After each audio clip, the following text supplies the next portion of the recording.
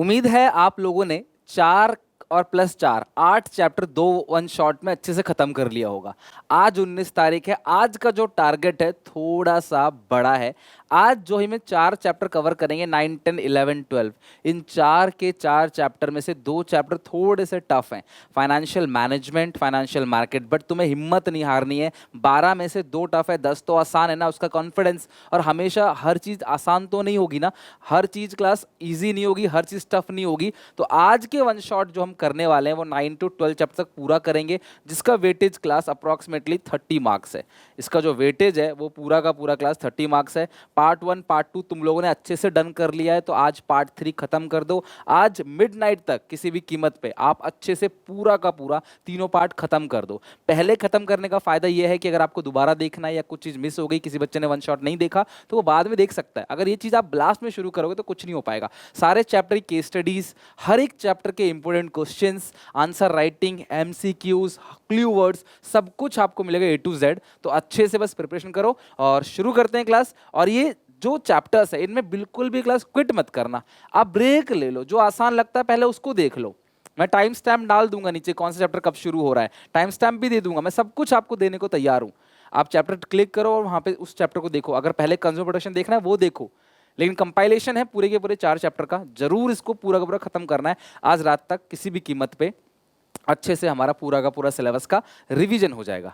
Okay. और mock test इसके बाद जरूर स्टार्ट कर देना। एसपीसी ऐप पे मॉक टेस्ट अवेलेबल है, 3 premium mock test business studies का, जैसे इको में था वैसे 3 के 3 प्रीमियम और वीडियो सॉल्यूशन के साथ, तो जरूर उसको देखना। तो चलो स्टार्ट करते हैं class. One shot revision chapter number 9 to 12 part number 2।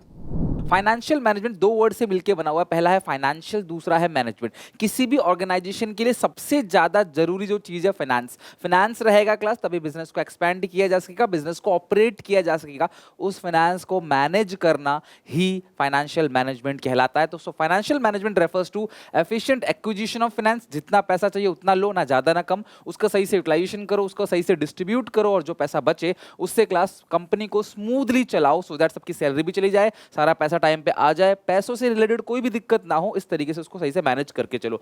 Management relating to finance is called financial management, in short में आप कह सकते हो। और फाइनेंशियल मैनेजमेंट का जो मेन ऑब्जेक्टिव होता है वो होता है शेयर होल्डर्स के वेल्थ को इंक्रीज करना। आप सबको पता है कंपनी में जो ओनर होते हैं वो होते हैं शेयर होल्डर्स, और शेयर होल्डर्स का वेल्थ अगर इंक्रीज करेगा तो कंपनी के शेयर प्राइस बढ़ेंगे। मेरा एक शेयर 100 का था, आज 200 का है, तो मेरा वेल्थ डबल हो गया। इससे क्या होगा, कंपनी के लिए भरोसा और बढ़ेगा, लोग और इन्वेस्ट करेंगे, कंपनी और तरक्की करेगी और पैसा मिलेगा। तो फाइनेंशियल मैनेजमेंट में हमारा जो मेन ऑब्जेक्टिव है वो शेयर होल्डर के वेल्थ को इंक्रीज करना है। जैसे ही हम शेयर होल्डर के वेल्थ को इंक्रीज करेंगे, अपने आप ही हमारे कुछ और ऑब्जेक्टिव पूरे हो जाएंगे। जैसे हमको फायदा तो होगा ही होगा, फंड्स को सही तरीके से इस्तेमाल कर पाएंगे, सही से पैसे मेंटेन कर पाएंगे, लिक्विडिटी मेंटेन कर पाएंगे, सो दैट हम लोग क्रेडिटर्स की, लाइबिलिटी की, सैलरी वगैरह हम सब टाइम पे दे सके, हमें पैसों की दिक्कत ना हो। और अगर कोई भी कमिटमेंट हमने किया है क्रेडिटर्स के साथ, आपने किसी से उधार लिया है, कमिट किया है 3 महीने में लौटा दोगे, तो आप 3 महीने में लौटा सकोगे अगर आपने पैसों का सही से मैनेजमेंट किया तो। नेक्स्ट है क्लास फाइनेंशियल प्लानिंग। प्लानिंग का मतलब तो आप जानते हो क्लास, फ्यूचर के लिए आज से क्लास डिसाइड कर लेना कुछ, that is called planning. So planning जो अगर फाइनेंस के रिगार्डिंग करते हैं कि हमें कितना पैसा चाहिए होगा, कितने पैसे की हमें फ्यूचर में रिक्वायरमेंट होगी, हम कहाँ कहाँ इन्वेस्टमेंट अपॉर्चुनिटी हमारी कहाँ कहाँ पे, कहाँ कितना पैसा इन्वेस्ट करेंगे, जब हम इन सारी चीज़ें एडवांस में प्लान कर लेते हैं तो इसी को कहते हैं financial planning. It means deciding in advance तुम्हें कितना खर्च करना है, कहाँ पर खर्च करना है, जितना तुम्हारे पास पैसा है उसके रिगार्डिंग। तो इसके अंदर कुछ डिसीजंस आते हैं। सबसे पहला, तुम्हें कितने पैसों की जरूरत है, कि तुम्हें पब्लिक से उठाना है, मार्केट से उठाना है, तो तुम्हें कितना पैसा चाहिए। ज़्यादा पैसा उठा लिया तो बेमतलब का ब्याज भरना पड़ेगा, पैसा फ्री में नहीं मिलता, उसकी भी कॉस्ट लगती है, आगे चल के बात करेंगे। Determination of source of fund, आप पहले डिटरमाइन करो सोर्स ऑफ फंड क्या होंगे, कहां से कितना पैसा चाहिए, कहां से चाहिए, और क्लास सुइटेबल पॉलिसी बनाओ सो दैट आप फंड्स का प्रॉपर तरीके से यूटिलाइजेशन कर सको। इसको बोलते हैं फाइनेंशियल प्लानिंग। फाइनेंशियल प्लानिंग की इंपॉर्टेंस की बात करें, बेनिफिट्स की बात करें, सबसे पहला बेनिफिट है फाइनेंशियल प्लानिंग का, it helps in collecting optimum funds. अगर आप सही से प्लान करोगे तो तुम्हें जितना पैसा चाहिए एक्चुअल में, तुम उतना ही पैसा मार्केट से रेस करोगे। Fixing the most appropriate capital structure. बेटा कैपिटल स्ट्रक्चर का मतलब क्या है, तुम कितना पैसा डेट से उठाओगे, कितना पैसा इक्विटी, कितना ओनर फंड होगा, और कितना पैसा बोरोड फंड, कितना उधार लोगे, कितना खुद का पैसा लगाओगे, ये भी तुम डिसाइड कर सकते हो। फाइनेंशियल प्लानिंग करने से तुम पैसा सही प्रोजेक्ट में इन्वेस्ट करते हो, ये तुम्हारी मदद करता है ताकि तुम फंड्स को जो राइट प्रोजेक्ट है उसमें इन्वेस्ट करो। Proper utilisation of finance, obviously class पैसों का सही से यूटिलाइजेशन होगा, कोई बिजनेस सरप्राइज कोई शॉक आपको नहीं लगेगा। अगर आपने पहले से प्लानिंग कर रखा है तो फ्यूचर में आने वाली अनसर्टिनिटी का भी आपने ध्यान रखा होगा, तो अचानक से तुम्हें झटका शॉक नहीं लगेगा, पहले से रेडी रहोगे। और ये आज की फाइनेंशियल रिक्वायरमेंट को फ्यूचर की फाइनेंशियल रिक्वायरमेंट से जोड़ता है कि आज तो हमें इतना पैसा चाहिए सर्वाइवल के लिए, लेकिन आज से 10 साल बाद हमें कितना पैसा चाहिए। आज आपकी पॉकेट मनी 100 है पर 10 साल बाद 100 नहीं होगी, वो मे बी 200-250 हो, ठीक है। नेक्स्ट है फाइनेंशियल डिसीजन। इस पूरे चैप्टर में इस टॉपिक से क्वेश्चन आएगा ही आएगा, पक्का आएगा। एनी वन टॉपिक, या तो इन्वेस्टिंग डिसीजन जिसको कैपिटल बस्टिंग डिसीजन भी कहते हैं, दूसरा है क्लास फाइनेंसिंग डिसीजन, तीसरा है डिविडेंड डिसीजन। इनके फैक्टर अफेक्टिंग से क्वेश्चन हर साल पूछा जाता है, इसलिए इस साल भी आएगा, तो ध्यान से समझना, मैं एक करके सारे बता रहा हूँ। इन्वेस्टमेंट डिसीजन का मतलब क्या है, आपको ये जो पैसा मिला है पब्लिक से, जो पैसा आपने इकट्ठा किया है, आप इसे कहाँ पे इन्वेस्ट करोगे, कहाँ पर आप पैसा खर्च करोगे, किस प्रोजेक्ट में लगाओगे। जैसे रिलायंस ने जियो पे लगाया, ऐसे आप कौन से इन्वेस्टमेंट अपॉर्चुनिटी में पैसा लगाओगे, उसका केयरफुल सिलेक्शन करना ही इन्वेस्टमेंट डिसीजन है। कौन कौन से फैक्टर्स अफेक्टिंग है इन्वेस्टमेंट डिसीजन के, सबसे पहला cash flow of the project. आपने किसी भी प्रोजेक्ट में पैसा लगाया तो उसमें सबसे बड़ी चीज जो होती है कैश फ्लो। उस प्रोजेक्ट में डे टू डे बेसिस पे भी कुछ खर्चा होगा, अगर तुम्हारे पास उस खर्चे को झेलने के लिए है कैपेसिटी है, कैश है, तो तुम वहाँ इन्वेस्ट करो, अदरवाइज तुम मत करो। हाथी पाल लोगे, तुम चारा डाल नहीं पाओगे, तो हाथी पालने का कोई फायदा नहीं। दूसरा return on investment, her investment में एक रिटर्न होता है, आप कंपेयर करो, जहाँ रिटर्न ज़्यादा होगा वहाँ इन्वेस्ट करोगे। तीसरा है रिस्क इन्वॉल्व्ड, हर इन्वेस्टमेंट में एक रिस्क भी छुपा होता है, तो देखो क्लास, कंपेयर करो रिस्क को, जहाँ रिस्क सबसे कम हो आप वहाँ पे इन्वेस्ट करो। इन्वेस्टमेंट क्राइटेरिया, इन्वेस्टमेंट तो आपने कर दिया, उसका रॉ मटेरियल तुम्हारे देश में अवेलेबल है कि नहीं, उसके लिए क्लास जो इंजीनियर्स चाहिए, अगर खराब हो गया मशीनरी, रिपेयर मेंटेनेंस, वो तुम करवा सकते हो कि नहीं, ये सारी चीजें क्लास आप देख लो। This is called investment criteria, क्योंकि इन्वेस्टमेंट डिसीजन जो है वो इरिवर्सिबल डिसीजन है। एक बार आपने डिसीजन ले लिया तो आप डिसीजन को वापस नहीं ले सकते, तो सोच समझ के आपने डिसीजन लेना है। अब बात करते हैं फाइनेंसिंग डिसीजन। कितना पैसा तुम्हें डेट में लगाना है, डेट से लेना है, कितना पैसा इक्विटी। मुझे 100 करोड़ रुपए की जरूरत है बिजनेस को एक्सपैंड करने के लिए, तो मैं कितना डेट से लूंगा, कितना इक्विटी से, मतलब कितने शेयर इशू करूंगा, कितने डिबेंचर इशू करूंगा, इस चीज का चयन करता है फाइनेंस मैनेजर। तो फाइनेंस मैनेजर हमेशा दिमाग में रखता है इस चीज को, कितना पैसा किस सोर्स से उठाएं, and this decision is called financing decision. जो डेट फंड होता है ना उसको बोलते हैं बोरोड फंड। डेट का मतलब लोन्स, डिबेंचर, आपने उधार लिया पब्लिक से। ओनर फंड का मतलब क्या है, शेयर्स, आपने शेयर इशू किया। ओनर फंड से कितना पैसा लेना है, बोरोड फंड से कितना लेना है, इस चीज को डिसाइड करना ही फाइनेंस मैनेजर का काम होता है। और ये दो तरह के सोर्स होते हैं, तो कौन सा सोर्स हम यूटिलाइज करेंगे, किस सोर्स से पैसा उठाएंगे, उसके लिए कुछ फैक्टर्स अफेक्टिंग है। सबसे पहला है कॉस्ट। देखो यार, हर सोर्स का अपना खर्चा आता है। अगर हम डेट से पैसा रेज करते हैं, इक्विटी से पैसा रेज करते हैं, दोनों में अपना अपना खर्चा आता है। आप कॉस्ट कंपेयर करो, किसका कॉस्ट कम आता है वैसा पैसा वहीं से रेज करो। रिस्क, कंपनी के पॉइंट ऑफ व्यू से बात करूंगा, more risk is associated with debt fund, debentures. क्यों? क्योंकि तुम्हें ब्याज देना ही देना है, चाहे कंपनी चले ना चले, फायदा हो चाहे ना हो, नुकसान में जा रहे हो, भैया ब्याज देना ही देना है। तो अगर तुम जानते हो कि तुम्हारे पास अच्छा खासा पैसा है, तुम ब्याज भर सकते हो, तुम डेट इशू करोगे, अदरवाइज तुम इक्विटी इशू करोगे। इक्विटी का मतलब क्या है कि तुम मालिक बन गए, मुझे फायदा तुम्हें फायदा, मुझे घाटा तुम्हें घाटा। डेट का मतलब क्या है, मैंने तुमसे उधार लिया है, तो मैं कमाऊं चाहे ना कमाऊं, तुम्हें ब्याज भरना पड़ेगा। तो debt is more risky as compare to company point of view से। कैश फ्लो पोजीशन, अगर तुम्हारे पास अच्छा खासा पैसा है, तुम्हारे पास अच्छा खासा पैसा है, तुम ब्याज भर सकते हो, कैश फ्लो पोजीशन अच्छी है, तो डेट इशू करो, यानी कि बोरोड फंड में जाओ। लेकिन अगर तुम्हारे पास ब्याज भरने के लिए कैपेबल नहीं हो आप, तो आप ओनर फंड यानी कि इक्विटी पे जाओ। फ्लोटेशन कॉस्ट मतलब शेयर इशू एक्सपेंस। तो आप देखो क्लास, शेयर्स को इशू करने में काफी खर्चा आता है। शेयर इशू करने के लिए प्रोस्पेक्टस का खर्चा आता है, उसके अलावा क्लास अंडरराइटिंग खर्चा आता है, ब्रोकरेज है, एडवर्टाइजमेंट है, बहुत सारे खर्चे हैं। तो आप कंपेयर करो कि शेयर इशू करने में कितना खर्चा आ रहा है, डिवेंचर इशू करने में कितना खर्चा आ रहा है, और दोनों में जो फ्लोटेशन कॉस्ट जिसका कम होगा आप वहां पे जाओगे। तीसरा स्टेट ऑफ कैपिटल मार्केट, अगर कंट्री में इन्फ्लेशन है यानी बूम है, इन्फ्लेशन यानी बूम, कंट्री में अगर इन्फ्लेशन और बूम है, उस सिचुएशन में लोग रिस्क लेने के लिए तैयार होते हैं। आपको इस सिचुएशन में इक्विटी इशू करना चाहिए, यानी कि ओनर फंड इशू करना चाहिए। लेकिन कंट्री में डिफ्लेशन है, मंदी है, रिसेशन है, तो भैया आपको डेट इशू करना चाहिए। यहाँ पे लोगों का पैसा ज्यादा है, लोग डिमांड कर रहे हैं, they can take risk, equity. जब रिस्क नहीं ले सकते तो डेट। जब तुम्हारे पास बहुत सारा पैसा रहता है तब जुआ खेलते हो, चलो कोई बात नहीं बहुत पैसा है, तो यहाँ पे इक्विटी, यहाँ पे डेट। कंट्रोल कंसिडरेशन, अगर आप चाहते हो कि तुम्हारी कंपनी का कंट्रोल तुम्हारे पास रहे, तुम्हारा कंट्रोल किसी और के पास ना जाए, तो डेट इशू करो। अगर आप इक्विटी इशू करते हो तो आप ओनरशिप दे रहे हो, अपना मालिकाना हक किसी को बेच रहे हो, तो आपके पास कंट्रोल कहाँ रहेगा। अगला है प्रॉपर फिक्स्ड ऑपरेटिंग कॉस्ट। अगर तुम्हारे पास पहले से बहुत सारा फिक्स ऑपरेटिंग कॉस्ट है, तुम्हें तुम्हारे सर पे पहले ही बहुत सारा ऐसा एक्सपेंस है जिसका तुम्हें ब्याज भरना ही भरना है, जिसका खर्चा तुम्हें करना ही करना है, फिक्स है, तो भैया तुम इक्विटी इशू करो, डेट इशू मत करो, क्योंकि तुम्हारा ऑलरेडी फिक्स ऑपरेटिंग कॉस्ट बहुत ज्यादा है। तो तुम और डेट इशू करोगे तो और फिक्स कॉस्ट बढ़ जाएगा, वो बहुत टेंशन दे देगा आपको। तो आप इस सिचुएशन में आप इक्विटी इशू करो। थर्ड है डिविडेंड डिसीजन, कितना पैसा पब्लिक को as an form of dividend बांट दे और कितना पैसा रिटेन कर ले। कंपनी जो प्रॉफिट कमाती है उसके तीन हिस्से हो जाते हैं। सबसे पहला हिस्सा कंपनी टैक्स दे देती है, फिर थोड़ा हिस्सा जनता को बांट देती है, थोड़ा बचा लेती है। टैक्स तो देना ही देना है, लेकिन कितना जनता को बांटना है, कितना बचाना है, इस डिसीजन को हम लोग बोलते हैं डिविडेंड डिसीजन। इसके कुछ फैक्टर्स अफेक्टिंग है। सबसे पहला फैक्टर अफेक्टिंग है क्लास अर्निंग। अगर तुम्हारी अर्निंग अच्छी है, अगर तुमने अच्छा खासा पैसा कमाया है तो डिविडेंड ज्यादा दोगे, अर्निंग अच्छी नहीं तो डिविडेंड कम। अगला है स्टेबिलिटी ऑफ अर्निंग। कुछ ऐसी कंपनी है जो चाहते हैं कि अर्निंग को जो स्टेबिलिटी ऑफ अर्निंग मतलब हर साल अच्छा पैसा कमा रहे हैं, ऐसा नहीं कि अनस्टेबल है, आज कमाया कल नहीं कमाया। अगर तुम्हें पता है कि तुम हर साल अच्छा पैसा कमा रहे हो तो तुम डिविडेंड ज़्यादा बांटोगे, अदरवाइज अनस्टेबल है तो डिविडेंड कम बांटोगे। कैश फ्लो पोजीशन, अगर तुम्हारी कैश फ्लो पोजीशन अच्छी है, तुम्हारे पास कैश अच्छा खासा आ रहा है, तो तुम डिविडेंड ज़्यादा बांटोगे, अदरवाइज डिविडेंड कम बांटोगे। ग्रोथ अपॉर्चुनिटी, अगर तुम्हें लगता है कि फ्यूचर में कोई ग्रोथ अपॉर्चुनिटी है, कल को हम इस प्रोजेक्ट में पैसा लगा सकते हैं, तो तुम रिटेन ज़्यादा करोगे, बचाओगे ज्यादा, डिविडेंड कम बांटोगे। तुमको पता है कल तुम्हें इस प्रोजेक्ट में पैसा लगाना है, तो तुम पैसा डिविडेंड के रूप में नहीं बांटोगे, उसको री इन्वेस्ट करके और बड़ा करोगे, सो दैट तुम कहीं इन्वेस्ट कर सको। लाइक तुम्हें घर लेना होता है, तुम इधर उधर खर्चे नहीं करते, तुम्हारे घर वाले बोलते हैं नहीं यार पैसे बचा के चलो, तुम्हें हमें घर लेना है कल को चल के। अगर ऐसा कोई अपॉर्चुनिटी नहीं है तो आप ज्यादा डिविडेंड बांटो।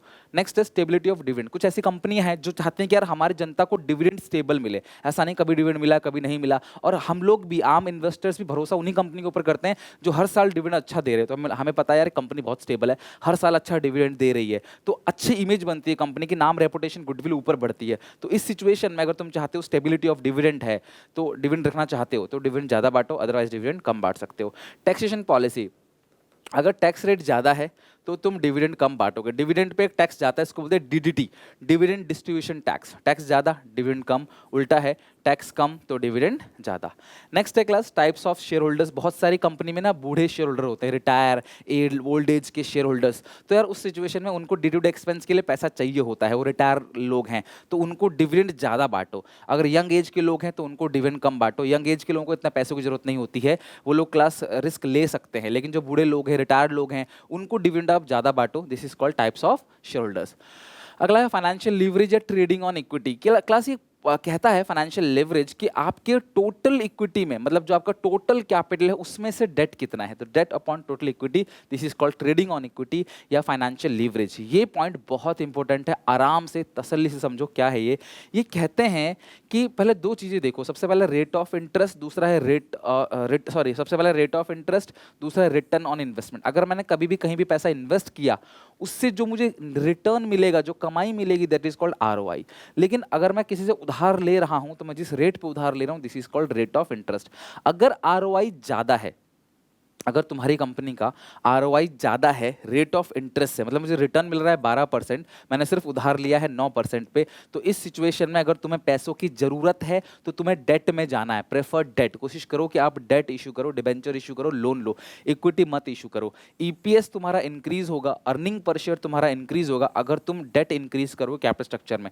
तो अगर तुम्हारा आरओआई ज्यादा है, तुम जितना ज्यादा डेट लगाओगे ना बिजनेस में, तो शेयर होल्डर्स के लिए उतनी अर्निंग पैदा होगी, ईपीएस बढ़ेगा। More debt will result increase in earning.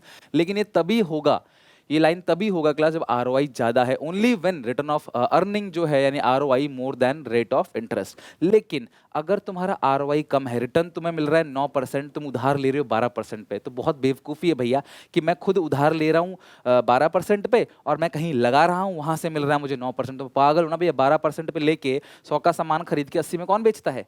समझ रहे हो बात को? तो इस सिचुएशन में आप डेट मत इशू करो, इस सिचुएशन में आप इक्विटी इशू करो। ईपीएस अर्निंग होगा, सॉरी ईपीएस जो है वो इंक्रीज होगा जैसे ही तुम इक्विटी इशू करोगे। यानी कि अगर आरओआई ज्यादा तो डेट इशू करो, आरओआई कम तो इक्विटी इशू करो।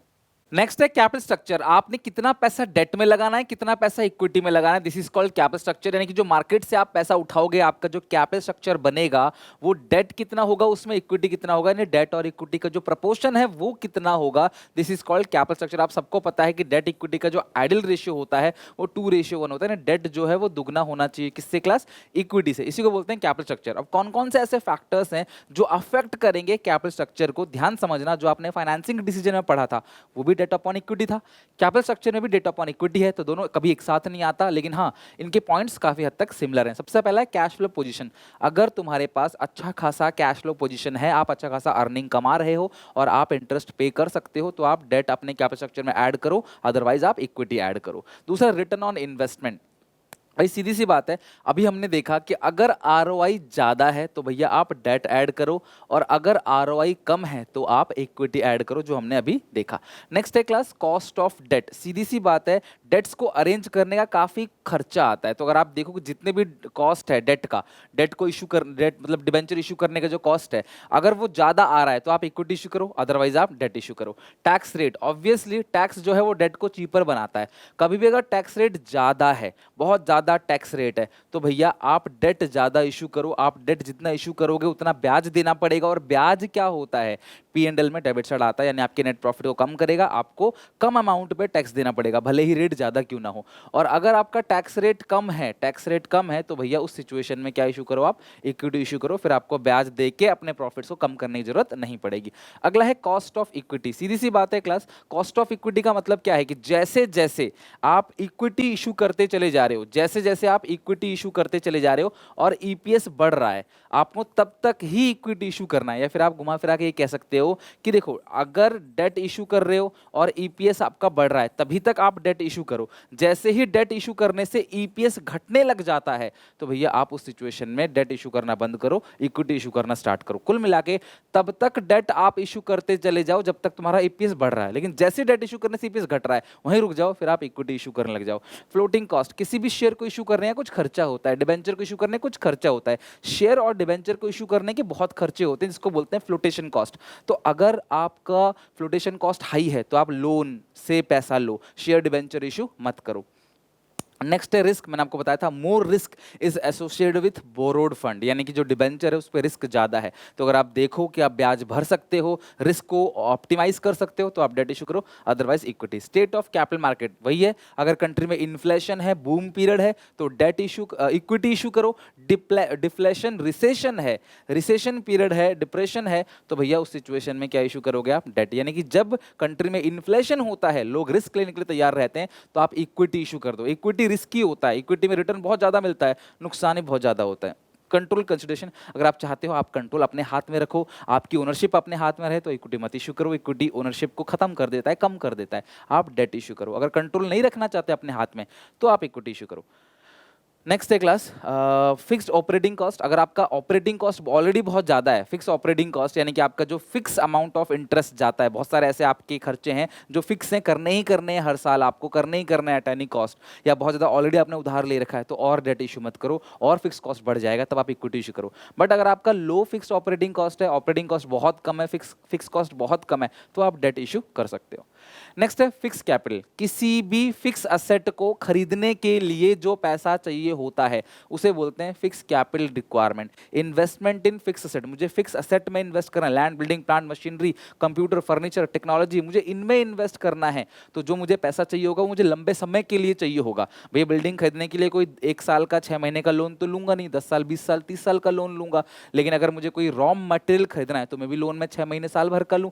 तो फिक्स्ड कैपिटल मतलब क्या है कि जब आप फिक्स असेट में इन्वेस्ट करते हो तो उस सिचुएशन में आप लंबे समय के लिए उधार लेते हो, और क्लास लंबे समय के लिए उधार लेने के लिए डेट, इक्विटी इशू करते हो, डेट इशू करते हो लॉन्ग टर्म के लिए, और इसको बोलते हैं क्लास फिक्स कैपिटल रिक्वायरमेंट। अब कौन कौन से फैक्टर्स ऐसे हैं जिस पे डिपेंड करता है कि आपको फिक्स कैपिटल की, यानी कि जो लंबे समय के लिए आप उधार ले रहे हो उसकी रिक्वायरमेंट ज्यादा होगी या कम होगी, ध्यान समझना। सबसे पहला है इसके अंदर nature of business.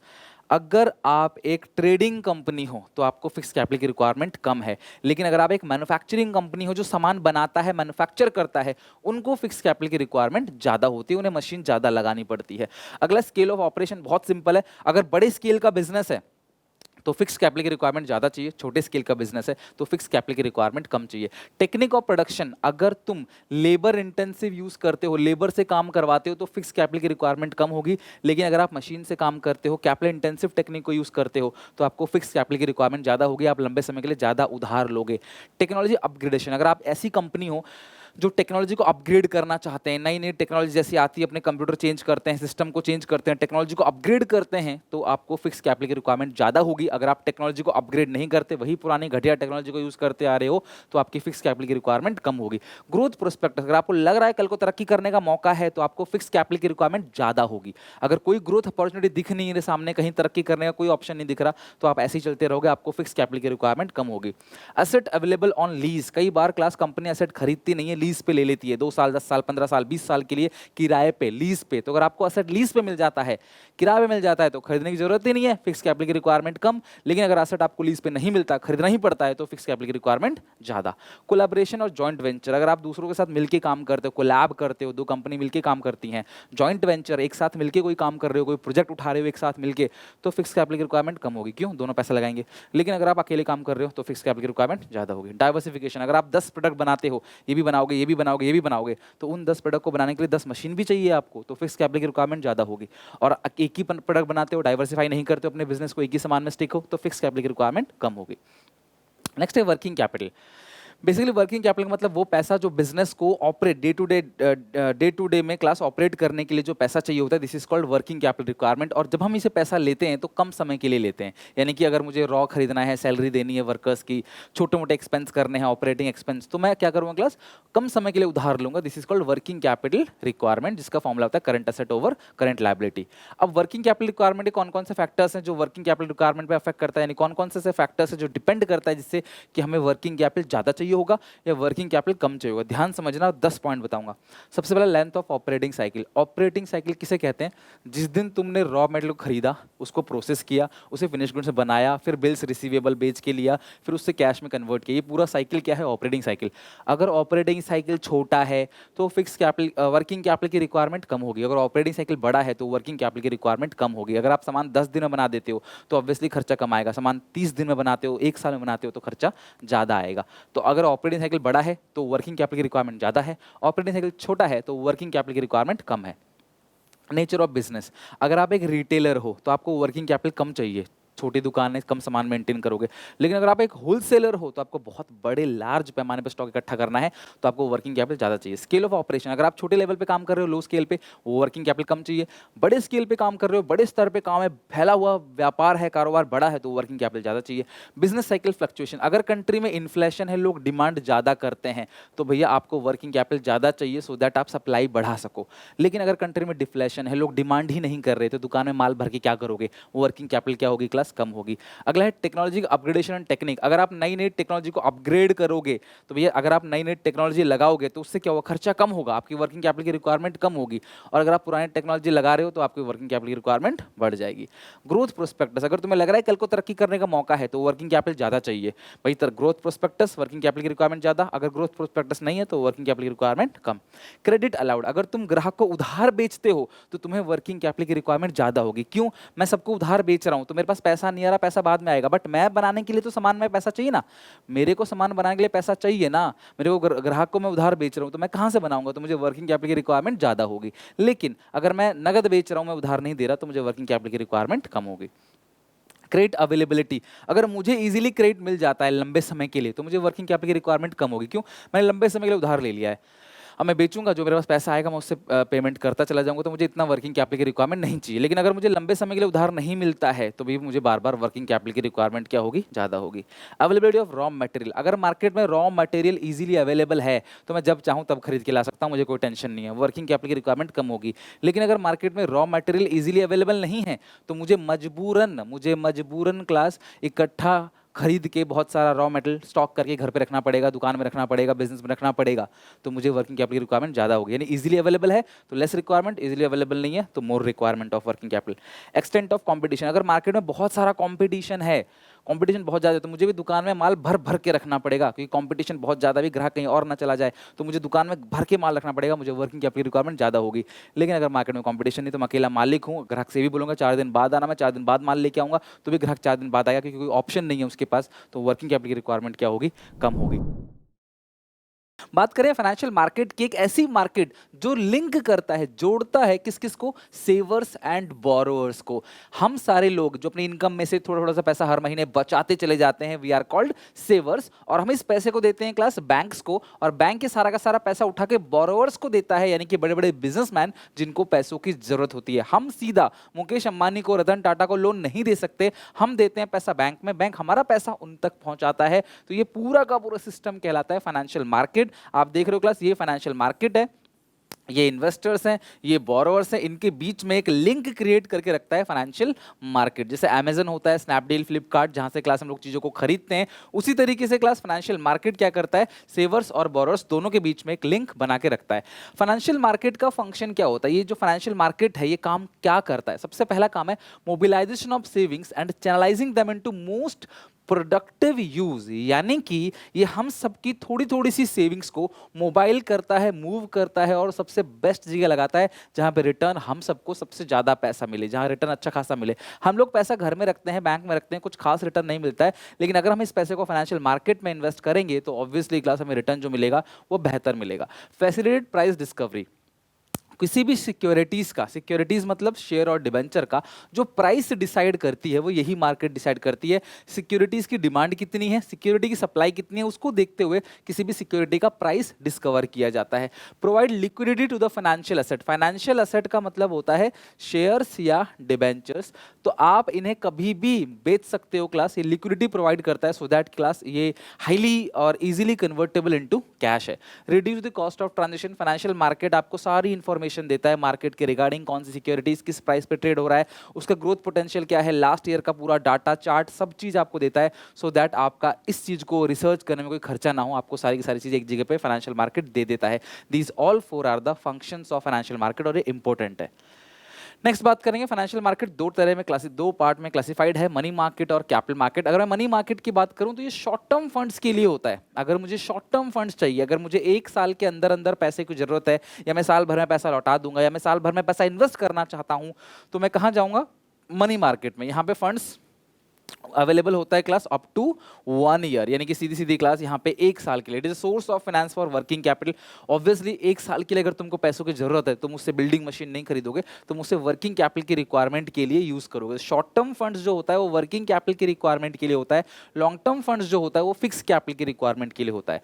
Money market has no fix geographical location, कोई एरिया नहीं है यहाँ पे, लो रिस्क है और हाईली लिक्विड है, लेकिन ये अनसिक्योर्ड है। अनसिक्योर्ड मतलब क्लास आपका पैसा सिक्योर नहीं है, कि आपने कुछ गिरवी रख के पैसा नहीं दिया, बस आपने पैसा लगा दिया है। This is called money market. So money market के कुछ इंस्ट्रूमेंट्स हैं, रियली में बहुत इंपॉर्टेंट है, इसको जरूर पढ़ के जाना। इंस्ट्रूमेंट ऑफ मनी मार्केट में सबसे पहला है कॉल मनी। एक बैंक दूसरे बैंक से कभी कभी एक दिन, 2 दिन, हफ्ता भर के लिए उधार ले लेती है और उस पर एक ब्याज भी देती है, उसको बोलते हैं कॉल रेट। इसे इंटर बैंक कॉल मनी भी कहा जाता है। जनरली बैंक अपने कैश रिजर्व रेशियो की या स्टैट्यूटरी लिक्विडिटी रेशियो की मेंटेन करने के लिए उधार लेता है। This is called call money, और इसे इंटर बैंक कॉल मनी भी कहते हैं। एक बैंक दूसरे बैंक से बहुत कम समय के लिए उधार लेता है और ब्याज भी देता है कॉल रेट पे।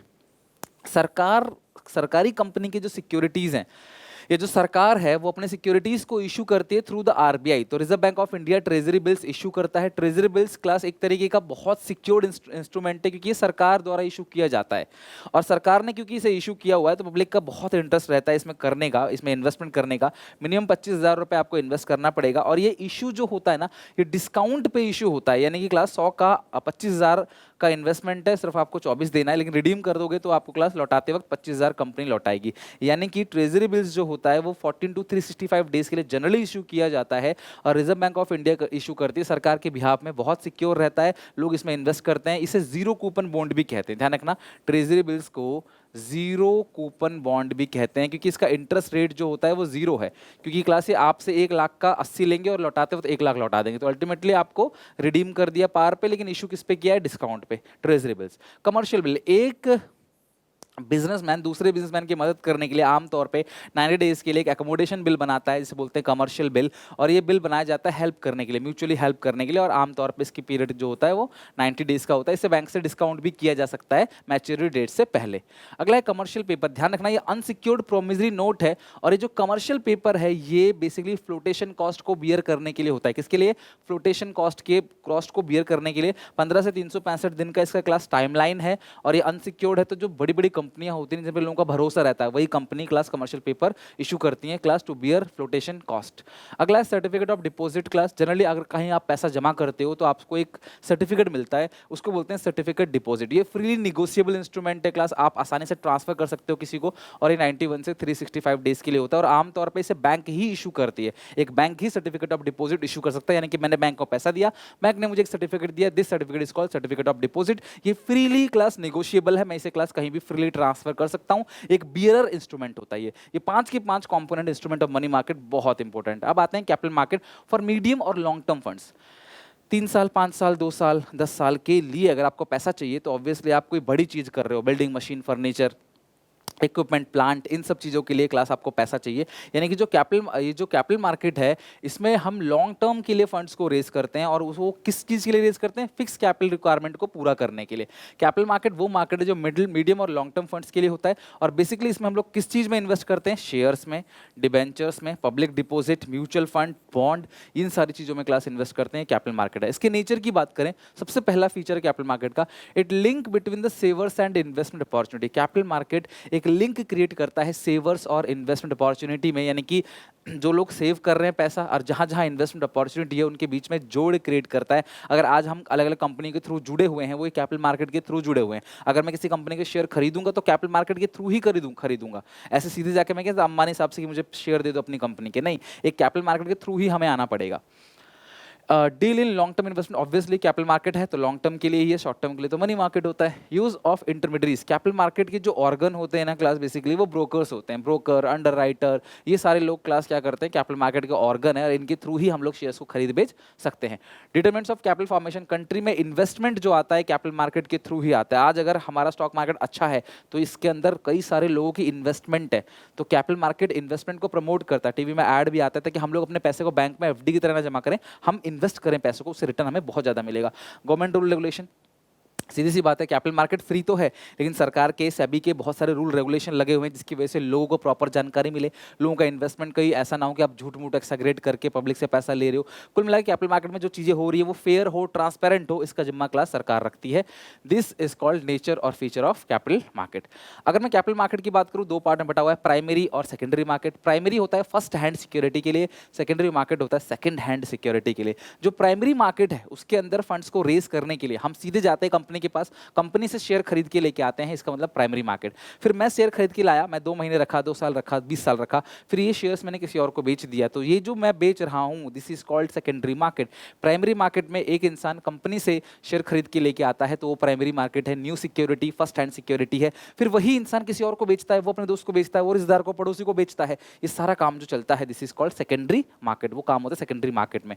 फ्लोटेशन की बात करें, मेथड ऑफ फ्लोटेशन में सबसे पहला offer through prospectus. Company public को प्रोस्पेक्टस देती है, पब्लिक एप्लीकेशन मनी देती है, क्लास कंपनी उसके बाद अलॉट करती है शेयर्स को, पब्लिक पैसा देती है। इस तरीके से क्लास कंपनी के पास पैसा आता है पब्लिक से, this is called issue through prospectus, यानी कंपनी ने पब्लिक इशू किया प्रोस्पेक्टस के थ्रू। दूसरा है offer for sale. Offer for sale का मतलब क्या है? कंपनी सीधा जनता को शेयर इशू नहीं कर रही, कंपनी बल्क में सारा शेयर ब्रोकर को देती है, ब्रोकर आम जनता को इशू करता है, this is called offer for sale.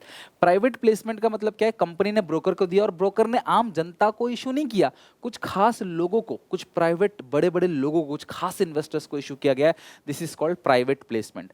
Right issue, company ने कोई नया इशू निकाला लेकिन कंपनी सबसे पहले वो अपने एग्जिस्टिंग शेयर होल्डर से पूछेगी कि भाई तुमको शेयर लेना है क्या? अगर तुमको लेना है तो तुम शेयर ले लो, हम तुमको ही इशू कर देंगे, हम बाहर इशू नहीं करेंगे और तुमको थोड़ा सस्ते में इशू कर देंगे। ये एग्जिस्टिंग शेयर होल्डर का राइट है कि कोई भी नया शेयर अगर इशू होता है तो सबसे पहला ऑफर हमें मिलेगा। यानी कि मैंने किसी कंपनी के शेयर खरीदे हैं तो कंपनी जब दोबारा शेयर इशू करेगी तो मेरे को सस्ते रेट पे देगी, मेरे को पूछेगी, मेरा अधिकार है। अगर मैं हाँ बोलूंगा तो कंपनी मुझे सस्ते रेट पे दे देगी, नहीं तो फिर कंपनी आम जनता के पास जाएगी। इससे कंपनी का काफ़ी पैसा बचता है, काफ़ी बाहर की फॉर्मेलिटीज़ बच जाती हैं क्योंकि कंपनी के अंदर के लोग ही उसकी सिक्योरिटीज़ को खरीद लेते हैं। अगला है EIPOS। यही जो ऑफर थ्रू प्रोस्पेक्टस अगर ये ऑनलाइन हो जाए तो इसको बोलते हैं EIPOS। ई मतलब इलेक्ट्रॉनिक, IPO मतलब इनिशियल पब्लिक ऑफर। जब company first time share issue करती है online, this is called EIPOS। तो ये है क्लास मेथड ऑफ फ्लोटेशन, यानी कि इस मेथड से कंपनी पैसा मार्केट में उतर सकती है और पब्लिक से पैसा ले सकती है, अपने फंड्स को फ्लोट करवा सकती है। ये फर्स्ट मतलब कि पहली बार, दिस इज कॉल्ड, ये सब प्राइमरी मार्केट है क्लास। आमतौर पर ये सारे के सारे कंपनीज के थ्रू ही लिया जाता है। अब सेकेंडरी मार्केट में एक इन्वेस्टर दूसरे इन्वेस्टर को बेच रहा है, फिर दूसरा इन्वेस्टर तीसरे इन्वेस्टर को बेच रहा है, तीसरा इन्वेस्टर चौथे इन्वेस्टर को बेच रहा है। ये सारा का सारा काम किसमें हो रहा है? सेकेंडरी मार्केट में, यानी आप इसे कह सकते हो stock exchange. So secondary market यानी स्टॉक एक्सचेंज में क्या है? यहाँ पे सेकेंड हैंड सिक्योरिटीज को खरीदा या बेचा जाता है, विच वर प्रीवियसली इशूड, जिसको पहले इशू किया गया था। और ये बेसिकली फिक्स कैपिटल रिक्वायरमेंट को पूरा करने के लिए किया जाता है। और ये सारा का सारा खरीद बेच जो होता है वो ब्रोकर के थ्रू होता है, यानी डायरेक्टली आप खरीद बेच नहीं सकते, आप ब्रोकर्स के थ्रू ही क्लास क्या कर सकते हो? शेयर्स को खरीद बेच सकते हो। ब्रोकर का होना इसमें बहुत जरूरी है। ये जो स्टॉक मार्केट है इसके फंक्शंस बहुत इंपॉर्टेंट है। सबसे पहला इकोनॉमिक बैरोमीटर। किसी भी कंट्री का जो स्टॉक मार्केट होता है वो इकोनॉमिक मिरर है। कंट्री के अंदर पॉलिसीज कैसी चल रही हैं, कंट्री सही से काम कर रहा है कि नहीं कर रहा, कंट्री के हालात कैसे हैं, इस पूरी चीज़ को जानने के लिए उसका स्टॉक मार्केट है। तो स्टॉक मार्केट अगर बढ़ रहा है इसका मतलब कंट्री तरक्की कर रही है, घट रहा है मतलब कंट्री में बहुत दिक्कत है। This is called economic barometer. यानी किसी भी कंट्री के स्टॉक मार्केट से हम उस पूरी कंट्री के हालात का अंदाजा लगा सकते हैं। Stock market pricing of security, demand और सप्लाई को देख के स्टॉक मार्केट के अंदर जो ट्रेड होता है शेयर्स, उसके प्राइस को डिसाइड किया जाता है। Safety of transaction, stock market में अगर आपने पैसा लगाया है तो आपका ट्रांजेक्शन सेफ है, आप भरोसा कर सकते हो कि जो मैंने पैसा लगाया वो डूबेगा नहीं। अगर वो बिल्कुल जेन्युइनली फॉल करता है तो ठीक है, बट किसी के अफेक्ट से या कोई क्लास मैनिपुलेशन करके, कोई धांधलेबाजी करके यहाँ पैसा डूबेगा नहीं। कॉन्ट्रीब्यूट्स टू इकोनॉमिक ग्रोथ, लोग स्टॉक मार्केट में पैसा लगाते हैं, कंपनी के पास इन्वेस्टमेंट आता है, वो फैक्ट्री बिल्डिंग लगाते हैं, अपना कारोबार बढ़ाते हैं, जिससे क्लास इकोनॉमी का भी ग्रोथ होता है, एम्प्लॉयमेंट भी जनरेट होता है। Providing scope for speculation, stock market के अंदर हेल्दी स्पेकुलेशन होता है। स्टॉक मार्केट फ्री है, प्राइस अप एंड डाउन होता है क्लास, तो ये आपके नसीब है, आपने सोच समझ के इन्वेस्टमेंट किया तो आपके शेयर के प्राइस बढ़ भी सकते हैं, घट सकते हैं। सट्टेबाजी होती है लेकिन हेल्दी, ऐसा नहीं कि किसी के अफेक्ट से ऐसा हो रहा है। Normally class genuinely price up and down होते हैं। स्टॉक मार्केट में शेयर्स को आप बटन दबाकर कभी भी ऑनलाइन खरीद बेच सकते हो। इसकी हाईली लिक्विडिटी होती है। मैं घर इतनी जल्दी नहीं बेच सकता, जमीन नहीं बेच सकता, लेकिन मुझे स्टॉक बेचना है तो बटन दबाऊंगा, स्टॉक बिक जाएगा, मेरे खाते में पैसा आ जाएगा। खरीदने के लिए बटन दबाऊंगा, मेरे खाते से पैसा कट जाएगा, स्टॉक आ जाएगा। और नेक्स्ट है इक्विटी कल्ट। हमारी सरकार हमेशा जोर देती है, लोगों को इंकरेज करती है, मोटिवेट करती है कि वो अपना पैसा इन्वेस्ट करें। इन्वेस्टिंग भी एक अच्छी हैबिट है। अगर आप पैसा इन्वेस्ट करते हो तो अच्छा खासा रिटर्न आपको मिल जाता है। स्टॉक मार्केट में अराउंड 20-30% तक का भी मिल जाता है। डिफरेंस बिटवीन प्राइमरी मार्केट और स्टॉक मार्केट, अगर मैं प्राइमरी मार्केट और सेकेंडरी मार्केट की बात करूं तो प्राइमरी मार्केट में न्यू सिक्योरिटीज बेचे जाते हैं, सेकेंडरी मार्केट में सेकेंड हैंड सिक्योरिटीज को बेचे या खरीदी जाते हैं। प्राइमरी मार्केट में सिक्योरिटीज को कौन इशू करता है क्लास? कंपनी खुद इशू करती है। यहाँ पे एक इन्वेस्टर बेचता है दूसरे इन्वेस्टर को। मैंने कंपनी से खरीदा प्राइमरी मार्केट, मैंने दोस्त को बेचा तो मैं भी इन्वेस्टर, मेरा दोस्त भी इन्वेस्टर, तो ये आ गया सेकेंडरी मार्केट में। लोकेशन की बात करें, कोई लोकेशन नहीं होता क्लास प्राइमरी मार्केट का। सेकेंडरी मार्केट का फिक्स लोकेशन होता है क्लास, सुबह 9:15 से लेकर 3:30 तक मार्केट चालू रहता है वर्किंग डे में, तो एक वर्किंग आवर भी होता है और लोकेशन भी। एंट्री की बात करें, नई जो ऑल कंपनी, देखो क्लास प्राइमरी मार्केट में कोई भी कंपनी एंटर कर सकती है, लेकिन सेकेंडरी मार्केट में जनता को शेयर इशू करने के लिए वही कंपनी क्लास एंटर करेगी जो लिस्टेड होगी। लिस्टेड का मतलब क्या है? सरकार ने जिन कंपनी की पूरी जांच पड़ताल करके उनकी लिस्ट बनाई है, सिर्फ वही कंपनी स्टॉक मार्केट में उतर सकते हैं पब्लिक से पैसा लेने के लिए। प्राइस की बात करें, यहाँ पे प्राइस कंपनी का मैनेजमेंट डिसाइड करता है, लेकिन यहाँ पे स्टॉक मार्केट खुद डिसाइड करता है प्राइस का। जैसा हमने अभी देखा, किस चीज़ को देखकर? डिमांड सप्लाई को देखकर। किसी सिक्योरिटीज़ की डिमांड अगर ज़्यादा है तो उसका प्राइस बढ़ जाएगा, डिमांड कम है तो प्राइस घट जाएगा। Difference between money market, capital market. Money market for short term, capital market for long term. Money market के जो पार्टिसिपेंट्स हैं आपने देखा अभी, financial institution, bank, public, private company, सब पार्टिसिपेंट है। लेकिन कैपिटल मार्केट में कौन उतरता है क्लास? ये सारे लोग तो उतरते ही होते हैं, साथ में फॉरेन इन्वेस्टर और रिटेल इन्वेस्टर, यानी फॉरेन इन्वेस्टर और रिटेल इन्वेस्टर आते हैं कैपिटल मार्केट में, बाकी सब आते हैं मनी मार्केट में। डिविजन की बात करें तो ऑब्वियसली क्लास मीडियम और लॉन्ग टर्म फंड्स, जो कि मनी मार्केट क्या था? Deals with short term funds. Money market की अगर हम बात करें, मनी मार्केट में कौन कौन से इंस्ट्रूमेंट होते हैं? Treasury bills, commercial bill, commercial paper, ये सारी चीज़ें। जबकि इसमें इक्विटी, प्रेफरेंस शेयर्स और बॉन्ड डिबेंचर्स। लिक्विडिटी बात करें तो कैपिटल मार्केट लेस लिक्विड है, मनी मार्केट हाईली लिक्विड है, क्योंकि शॉर्ट टर्म है तो पैसा जल्दी मिल जाता है as compare to capital market. Risk की बात करें तो कैपिटल मार्केट में रिस्क ज़्यादा होता है क्लास, मनी मार्केट में लेस रिस्क है। यहाँ पे रिटर्न भी ज़्यादा है। अगर आप कैपिटल मार्केट में, स्टॉक मार्केट में पैसा इन्वेस्ट करते हो तो रिटर्न ज़्यादा मिलेगा, रिस्क भी ज़्यादा। यहाँ रिटर्न कम, रिस्क कम। यहाँ रिटर्न भी ज़्यादा है, यहाँ रिटर्न कम है, यहाँ रिस्क भी कम, रिटर्न भी कम, income, more risk, more return. Requirement की बात करें, it is for fixed capital requirement, ये फिक्स कैपिटल रिक्वायरमेंट के लिए होता है। और it is for working capital, भी मनी मार्केट में शॉर्ट टर्म के लिए पैसा चाहिए, वर्किंग कैपिटल की रिक्वायरमेंट को पूरा करने के लिए हम पैसा उठाते हैं मनी मार्केट से। फिक्स कैपिटल की रिक्वायरमेंट को पूरा करने के लिए trading procedure on stock exchange, ये बहुत इंपॉर्टेंट है, आपको एक एक स्टेप याद करना पड़ेगा। ट्रेडिंग प्रोसीजर क्या है, किसी भी स्टॉक मार्केट में जाकर जब आप शेयर खरीदते हो तो उसका पूरा प्रोसेस क्या होता है, प्रोसीजर क्या होता है, ये ध्यान रखना। सबसे पहला स्टेप इसके अंदर आता है सिलेक्शन ऑफ ब्रोकर। भाई किसी भी कंपनी के शेयर्स आपको खरीदने हैं, बिना ब्रोकर के थ्रू नहीं खरीद सकते। आपके पास कोई ना कोई मोबाइल एप्लीकेशन होगा, कोई ना कोई बैंकिंग सिस्टम होगा जिसके थ्रू आप शेयर खरीद सकते हो। आप सिलेक्ट करो कि ब्रोकर कौन होगा, इतने सारे ऐप्स होते हैं वो ब्रोकर की तरह काम करते हैं। दूसरा, ओपनिंग ऑफ डीमैट अकाउंट, आपके 2 अकाउंट खुलेंगे। सबसे पहली बात तो शेयर खरीदने के लिए आपकी एज 18+ होनी चाहिए, आपको अपना पैन कार्ड देना पड़ेगा, आपको आधार कार्ड देना पड़ेगा, आपको बैंक अकाउंट का नंबर देना पड़ेगा, यानी कि बैंक अकाउंट की डिटेल देनी पड़ेगी। बिना बैंक अकाउंट के आप सिक्योरिटीज़ को नहीं खरीद सकते हो, ना ही बेच सकते हो क्लास, क्योंकि सिक्योरिटीज़ का जो पैसा आता है, शेयर डिबेंचर्स का जो भी पैसा आता है वो बैंक में आता है डायरेक्टली, वो कैश में कोई डील नहीं होता। तो बैंक अकाउंट होगा, फिर आपको एक डीमैट अकाउंट खुलवाना पड़ेगा। डीमैट अकाउंट खुलता है डिपोजिटरी के पास। डिपोजिटरी 2 ही है इंडिया के अंदर, NSDL national securities depository limited और CDSL central depository services limited. यहाँ पे क्लास आपका अकाउंट ब्रोकर खुलवा देगा, आपको कोई चिंता नहीं है, बस आपको क्लास डॉक्यूमेंट सबमिट कर देने हैं, आपका अकाउंट खुल जाएगा डीमैट अकाउंट। ट्रेडिंग अकाउंट जो खुलता है क्लास, वो शेयर खरीदने के लिए होता है, बेचने के लिए होता है 1 दिन के अंदर। लेकिन अगर आपको 1 दिन से ज़्यादा स्टॉक को अपने पास होल्ड करके रखना है, सिक्योरिटीज़ को होल्ड करने के लिए एक खाता होता है जिसका नाम होता है डीमटेरियलाइजेशन अकाउंट, शॉर्ट में डीमैट अकाउंट। डीमैट अकाउंट खुलने के बाद आप ऑर्डर प्लेस करोगे, भैया मुझे इतने शेयर्स चाहिए, इस प्राइस में चाहिए, वो आपके ऑर्डर को एग्जीक्यूट करेगा, मैच करेगा प्राइस को पहले कि हाँ भैया इस प्राइस में शेयर्स अवेलेबल है। फिर आपके कहने पे ऑर्डर को एग्जीक्यूट कर दिया जाएगा और आपको एक कंफर्मेशन स्लिप मिल जाएगी। ध्यान रखना, ऑर्डर एग्जीक्यूट किया जाता है तब आपको एक कंफर्मेशन स्लिप मिल जाती है, सो दैट कि आपको प्रूफ मिल सके कि हाँ आपका ऑर्डर एग्जीक्यूट हो गया। Then issuing contract note within 24 hours, ध्यान रखना क्लास 24 आवर्स, 24 घंटे के अंदर आपको एक नोट इशू किया जाएगा, contract note, line by line, step by step याद रखना। उसके बाद क्या करोगे, आप शेयर्स की पेमेंट करोगे। यहाँ देखना, ये है क्लास इन्वेस्टर 1 और ये है क्लास इन्वेस्टर 2। ये इन्वेस्टर 2 का ब्रोकर नंबर 2 है, ये इन्वेस्टर 1 का ब्रोकर नंबर 1। हर किसी को ब्रोकर की जरूरत होती है, खरीदना हो चाहे बेचना हो। अब ये क्या करेगा, ब्रोकर का बोलेगा कि भैया पैसे ले लो, शेयर दे दो, तो ब्रोकर इसके पैसे को स्टॉक एक्सचेंज को दे देगा। और ये 7th पॉइंट में इसे बोलते हैं क्लास पे इन डे। ध्यान रखना 7th पॉइंट में delivery of shares and making payment.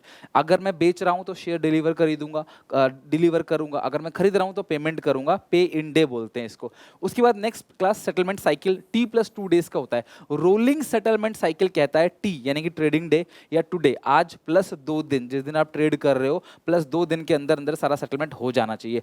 तो ब्रोकर 1 ने क्या किया, पे इन डे पे स्टॉक एक्सचेंज को पैसे दे दिया। अब स्टॉक एक्सचेंज पे आउट डे पे ब्रोकर नंबर 2 को पैसे दे देगा 9th पॉइंट पे। और 10th पॉइंट पे ब्रोकर क्या करेगा, इन्वेस्टर नंबर 2 को पैसे दे देगा, इन्वेस्टर नंबर 2 इसको शेयर दे देगा। कुल मिला के स्टॉक एक्सचेंज का प्रोसेस क्या है, ये इसको देगा, ये इसको देगा, इसको देगा, इसको देगा, फिर यहां से शेयर्स घूम के क्लास आएगा।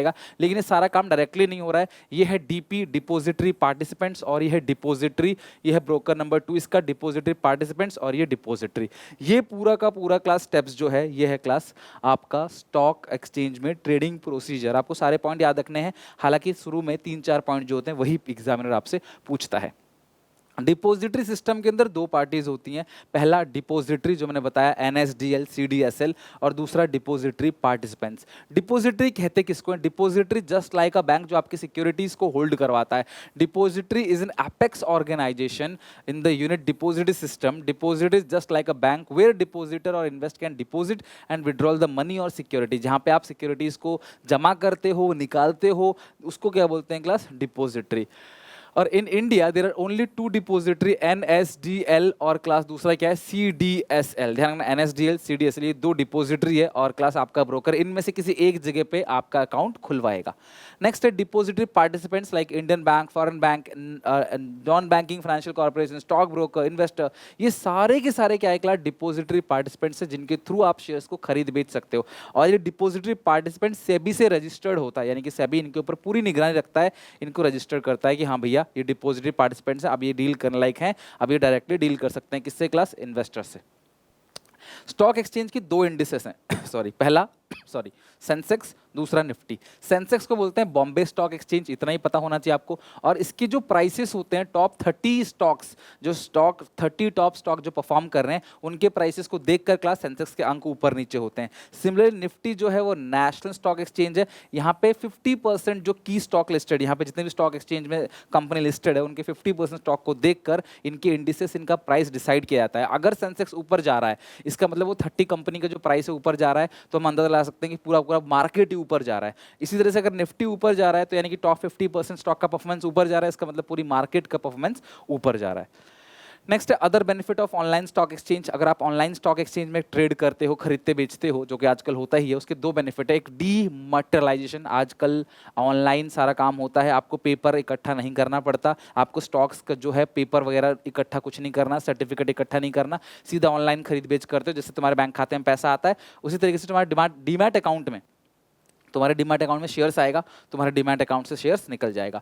अगला है डीम्यूचुअलाइजेशन। इसका मतलब क्या है, पहले ब्रोकर सारा कंट्रोल रखता था आपकी सिक्योरिटीज का, लेकिन अब आप अलग हो, ब्रोकर अलग है। ब्रोकर के पास कुछ भी कंट्रोल नहीं है, सारा काम आप ही करोगे, ट्रांजेक्शन आपके खाते से जाएगा, आपके खाते में पैसा आएगा, ब्रोकर कुछ भी बीच में नहीं कर सकता। ब्रोकर अपना कमीशन लेगा, साइड हटेगा। ब्रोकर आपके लिए कुछ नुकसान नहीं कर सकता आपका, आप बिल्कुल इंडिपेंडेंट हो गए ब्रोकर से।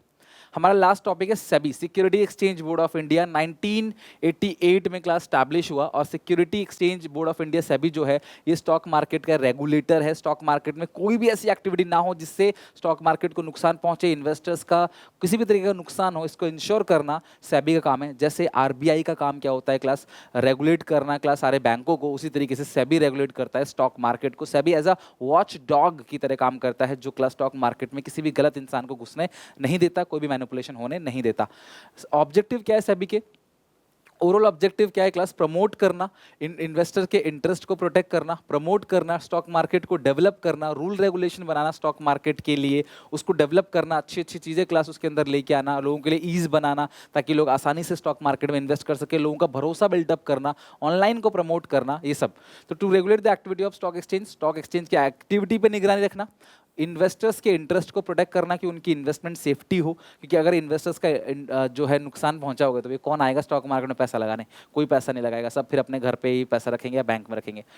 जितनी भी फ्रॉडलेंट एक्टिविटी है उसको रोकना, डेवलप करना है code of conduct. Code of conduct का मतलब काम करने का तरीका, आप कोई भी काम कर रहे हो उसका स्टेप बाय स्टेप तरीका भी सेबी डिसाइड करके देता है। इवन ब्रोकर की रजिस्ट्रेशन भी सेबी करता है, बिना रजिस्टर्ड हुए कोई ब्रोकर नहीं बन सकता। सेबी हर किसी को, जितने भी क्लास कंपोनेंट हैं स्टॉक मार्केट के अंदर, उन सब पे निगरानी रखने का काम क्या है, सेबी का है, चाहे ब्रोकर हो चाहे अंडरराइटर हो।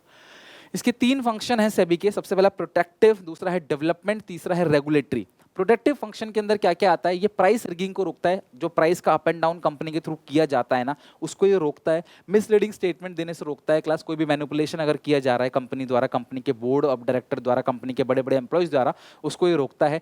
इनसाइडर ट्रेडिंग को रोकता है क्लास, पेनल्टी लगाता है सच प्रैक्टिसेस पे। इनसाइडर ट्रेडिंग का मतलब क्या है, कई बार कंपनी के अंदर के लोगों को बहुत डीप इन्फॉर्मेशन होती है, कंपनी कब बोनस देने वाली है, कब शेयर के प्राइस अप एंड डाउन होने वाले हैं, तो क्लास ये लोग उसका फायदा उठाते हैं, कंपनी के अंदर के लोग, उनको रोकता है। सेबी एजुकेट करता है इन्वेस्टर को ताकि वो सही जगह क्लास अपना पैसा लगाए। सेबी प्रमोट करता है फेयर प्रैक्टिसेस, किसी भी अनफेयर प्रैक्टिसेस को सेबी प्रमोट नहीं करता। SEBI code of conduct develop करता है पूरे स्टॉक मार्केट के अंदर, सिक्योरिटी मार्केट के अंदर। SEBI issue guidelines to protect the interest of debenture holder, सिर्फ शेयर होल्डर ही नहीं, डिबेंचर होल्डर के इंटरेस्ट को प्रोटेक्ट करने के लिए भी सेबी क्या बनाता है, गाइडलाइन बनाता है। डेवलपमेंट फंक्शन, ये तो था प्रोटेक्टिव, अब आते हैं डेवलपमेंट। यहाँ पे सेबी स्टॉक मार्केट को डेवलप करने का काम करेगा। SEBI promote training, SEBI training promote करता है, जितने भी इंटरमीडियरीज हैं, ब्रोकर है, अंडरराइटर है, सेबी उन सबकी ट्रेनिंग देता है। सेबी क्लास इंटरनेट ट्रेडिंग को प्रमोट करता है ताकि लोग क्लास इंटरनेट ऑनलाइन घर बैठे बैठे ट्रेडिंग करें, हर चीज ट्रांसपेरेंट हो। सेबी अंडरराइटिंग को ऑप्शनल बनाता है ताकि कॉस्ट ऑफ इशू कम हो जाए, क्योंकि क्लास अंडरराइटिंग जो है वो कॉस्ट को बढ़ाता है। तो अगर मेरी कंपनी के शेयर्स बिक जाएंगे आमतौर पे, तो मैं किसी ब्रोकर को, अंडरराइटर को क्यों रखूं, मेरे लिए ऑप्शनल है वो। Conducting research, SEBI research conduct करता है, इन्फॉर्मेशन को पब्लिक करता है, सारे के सारे पार्टिसिपेंट, जितने भी मार्केट के पार्टिसिपेंट्स हैं उनको स्टॉक एक्सचेंज की सारी इन्फॉर्मेशन सेबी देता है।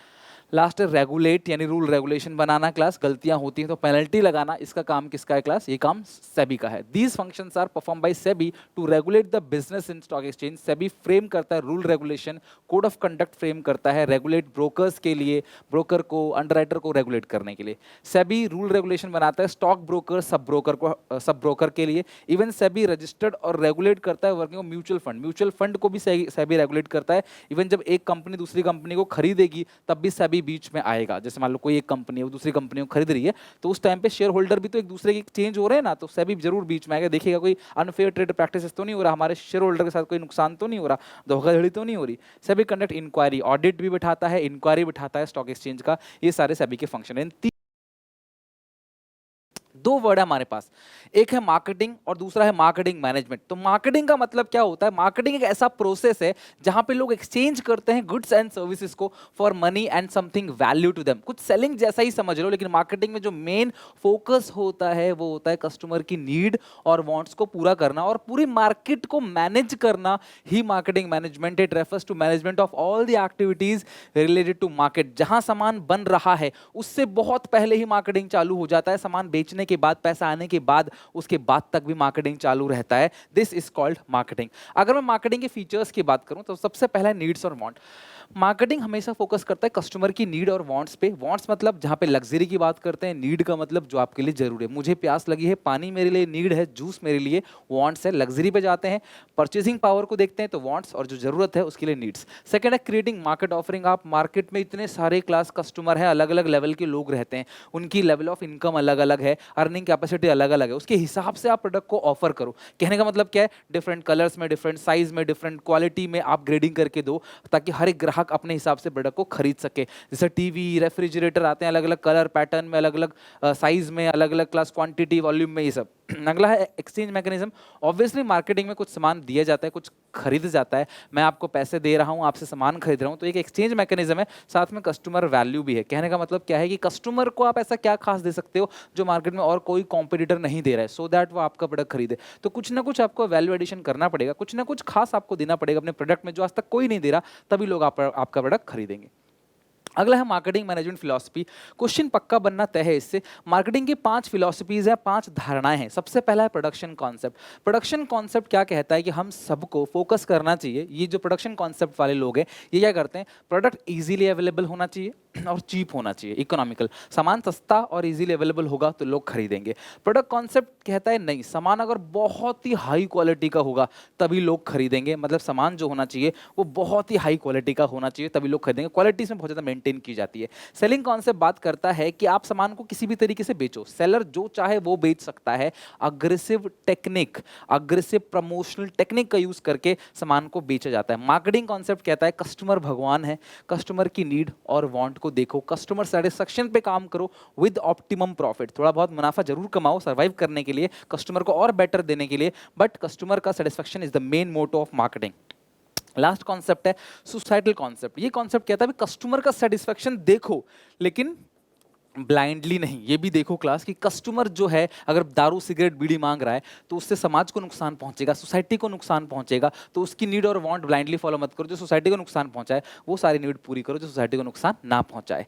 नेक्स्ट है क्लास यहाँ पे फंक्शंस ऑफ मार्केटिंग। मार्केटिंग के बहुत सारे फंक्शंस है। सबसे पहला फंक्शन है gathering and analysing the market information. सबसे पहला काम क्या है? मार्केट की सारी इन्फॉर्मेशन को गैदर करो। इसके लिए SWOT एनालिसिस होता है। एस फॉर अपनी स्ट्रेंथ देखो, अपनी वीकनेसेस देखो, आपके पास क्या क्या अपॉर्चुनिटी है आप ये देखो, और थ्रेट यानी वायरस जो आपके बिजनेस को किसी भी तरीके से नुकसान पहुंचाते हैं, नेगेटिव आपके बिजनेस को लेके जाते हैं, इन सब चीज़ों को देखो आप। यानी कि मार्केट के इन्फॉर्मेशन को गैदर करो, मार्केट को रिसर्च करो। सेकंड है मार्केट प्लानिंग। एडवांस में सोचो कि आपने गोल किस किस तरीके से अचीव करना है। अगर सेल का टारगेट बड़ा है तो आपको प्रोडक्शन कैपेसिटी बढ़ानी पड़ेगी, ज़्यादा लोगों को हायर करना पड़ेगा, ज़्यादा पैसे जुटाने पड़ेंगे, ज़्यादा रॉ मटेरियल खरीदना पड़ेगा। नेक्स्ट है प्रोडक्ट डिजाइनिंग एंड डेवलपमेंट। अगर आप कोई टेंजिबल प्रोडक्ट बना रहे हो, ठीक है, तो उसका क्लास डिजाइनिंग होता है। अगर कोई क्लास आप एप्लीकेशन बना रहे हो तो उसको क्या होता है? डेवलपमेंट। प्रोडक्ट को डिजाइन करो, डेवलप करो। Then standardisation and grading. Product का एक स्टैंडर्ड सेट करो कि आप कौन सी क्वालिटी, कौन सा मटेरियल आप यूज करना चाहते हो, पैकिंग क्या रहेगा, हर एक चीज का एक स्टैंडर्ड होना चाहिए कि आपके प्रोडक्ट का रेंज के हिसाब से आप क्या स्टैंडर्ड दे रहे हो। ग्रेडिंग का मतलब क्या है? क्लास किसी भी बेसिस पे प्रोडक्ट को बांट देना, साइज, क्वालिटी बेसिस पे। जैसे राशन की दुकान पे देखा होगा 20 रुपए किलो चावल भी है, 40 रुपए किलो चावल भी है, 100 रुपए और 200 रुपए किलो चावल भी है, तो उसकी ग्रेडिंग कर देना। बेसिकली एग्रीकल्चर प्रोडक्ट में होता है, तो जो 20 वाला अफोर्ड कर सकता है 20 वाला खरीदे, जो 100 वाला कर सकता है 100 वाला खरीदे। हर तरीके के लोगों को कवर करो।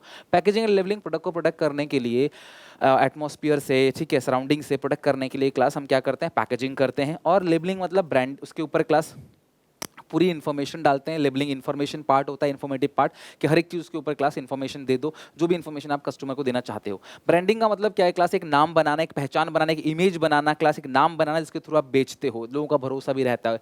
फिर कस्टमर सपोर्ट सर्विसेज, सेल के बाद आपको ये भी ध्यान रखना है कस्टमर अगर कोई प्रॉब्लम फेस कर रहा है तो उसको सॉल्यूशन दो, उसको कॉल करके या फिर उसको एक हेल्पलाइन नंबर दो, ईमेल दो, एक सपोर्ट का पोर्टल दो, सो दैट वहां पे जाके अपनी कंप्लेंट को फाइल कर सके, यानी कि आप सेल के बाद भी उसकी सुनो।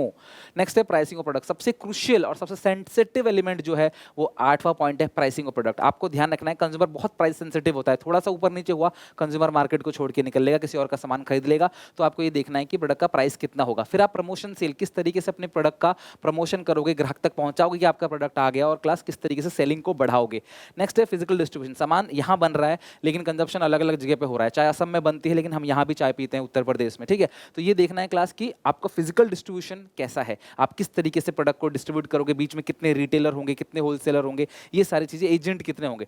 ट्रांसपोर्टेशन मतलब आप किस कौन सा मीन्स ऑफ ट्रांसपोर्टेशन यूज करोगे, रेलवे से, एयर से, पानी से, किस तरीके से आप अलग अलग जगह तक सामान को पहुंचाओगे। और लास्ट है स्टोरेज एंड वेयर हाउसिंग। सामान कभी तुरंत कंज्यूम नहीं होता बनते ही, बहुत देर तक स्टोर करना पड़ता है और वेयर हाउस में रखना पड़ता है, कोल्ड स्टोरेज के अंदर, ताकि जब वो डिमांड हो तब हम क्लास अप्लाई कर सकें। उसके लिए class storage and warehousing. ये 12 के 12 पॉइंट है फंक्शंस ऑफ मार्केटिंग।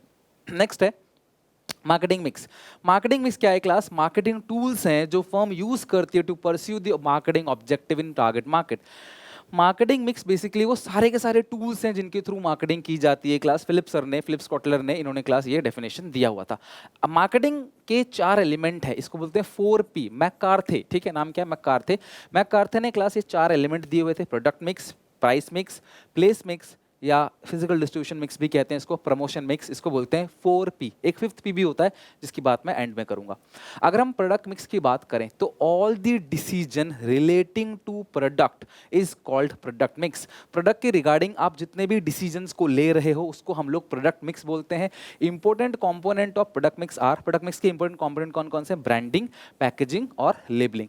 बात करें क्लास ब्रांडिंग की, तो ब्रांडिंग का मतलब प्रोडक्ट को एक ऐसा नाम देना जिसके थ्रू लोगों का भरोसा जुट जाए और कस्टमर को बार बार क्लास उसी नाम का प्रोडक्ट चाहिए, और क्लास नाम इतना पॉपुलर होगा कि कल को आप कोई भी नया प्रोडक्ट उसी नाम से ऐड कर सकते हो। These all are class branding. Customer class बार बार खिंचा चला आता है, अगर वो एक बार ब्रांड का मतलब आदी हो जाता है, ब्रांड का एक बार यूज करता है, उसको अच्छा फील आता है, तो क्लास कस्टमर बार बार उसी ब्रांड का प्रोडक्ट खरीदता है। अगर मैं बात करूं ब्रांडिंग में, तो बहुत सारे टर्म्स यूज होते हैं। Brand name like Dettol, Surf, Naik, जिनको मुंह से बोला जाता है।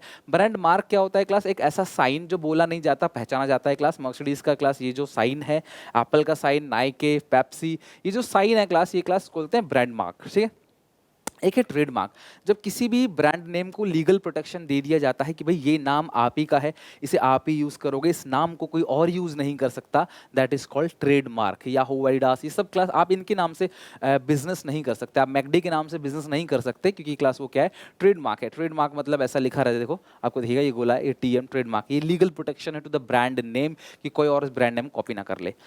कभी भी ब्रांड नेम को रखने से पहले, कल को अपना प्रोडक्ट बनाओगे, आप ब्रांड का नाम रखोगे, कुछ चीजों को तुम्हें दिमाग में रखना है हमेशा ब्रांड नेम रखने से पहले। पहली बात, शॉर्ट एंड सिंपल होना चाहिए, बहुत सिंपल शॉर्ट होना चाहिए, कॉम्प्लिकेटेड ना हो। रिन, लक्स, डिटॉल जैसा। Should be easily to pronounce, आप आसानी से बोल सकते हो। आपको ये नहीं कि मैं कैसे बोलूंगा, 4 लोग खड़े हैं बोल नहीं पाऊंगा, इजीली आप बोल सकते हो, आपको बोलने में दिक्कत नहीं होनी चाहिए। सजेस्टिव इन नेचर होना चाहिए, जो आपका प्रोडक्ट है उसी हिसाब से आपका होना चाहिए। उजाला, 4 बूंदों वाला, हाजमोला पेट के लिए बताता है, हेयर एंड केयर बालों की केयर की बात करता है। Brand name should be unique, सबसे अलग यूनिक होना चाहिए क्लास, एरियल टाइट जैसा, लक्स जैसा। Brand name should be selected after considering the meaning in other languages. आप जो भी ब्रांड नेम रख रहे हो, क्या पता किसी दूसरी भाषा में कोई गंदा मतलब हो, उसका एप्रोप्रिएट ना हो, अपोजिट हो, तो इसलिए क्लास उसको आपने सजेस्ट करना है कि बाकी भाषा में उसे क्या बोलते हैं। अगर मैं पैकेजिंग की बात करूं, तो पैकेजिंग का मतलब प्रोडक्ट को प्रोटेक्ट करना, डिजाइन करना और सेल्स को इनहैंस करना। Designing and producing the container, wrapper और of the product like Coke बोतल में आता है, सीधे तो ऐसे करके कोक तो पीते नहीं हो, बोतल में आता है Coke. Salt comes in packet, oil आता है टीन में, जार में ऑयल आता है। These are all in form of packing. Lay's, chips, Kurkure, biscuits, ये सब आप देखते हो, चॉकलेट, सब एक पैकेजिंग फॉर्म में आता है।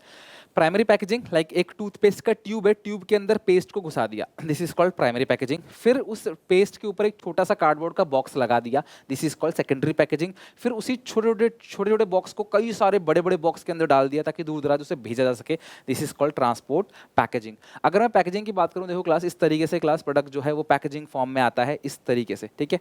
ये है क्लास आपका प्राइमरी पैकेजिंग, एक छोटे से बॉक्स में डालेंगे सेकेंडरी पैकेजिंग, ऐसे बड़े बड़े कार्टन में डालेंगे तो उसको बोलते हैं ट्रांसपोर्टेशन पैकेजिंग।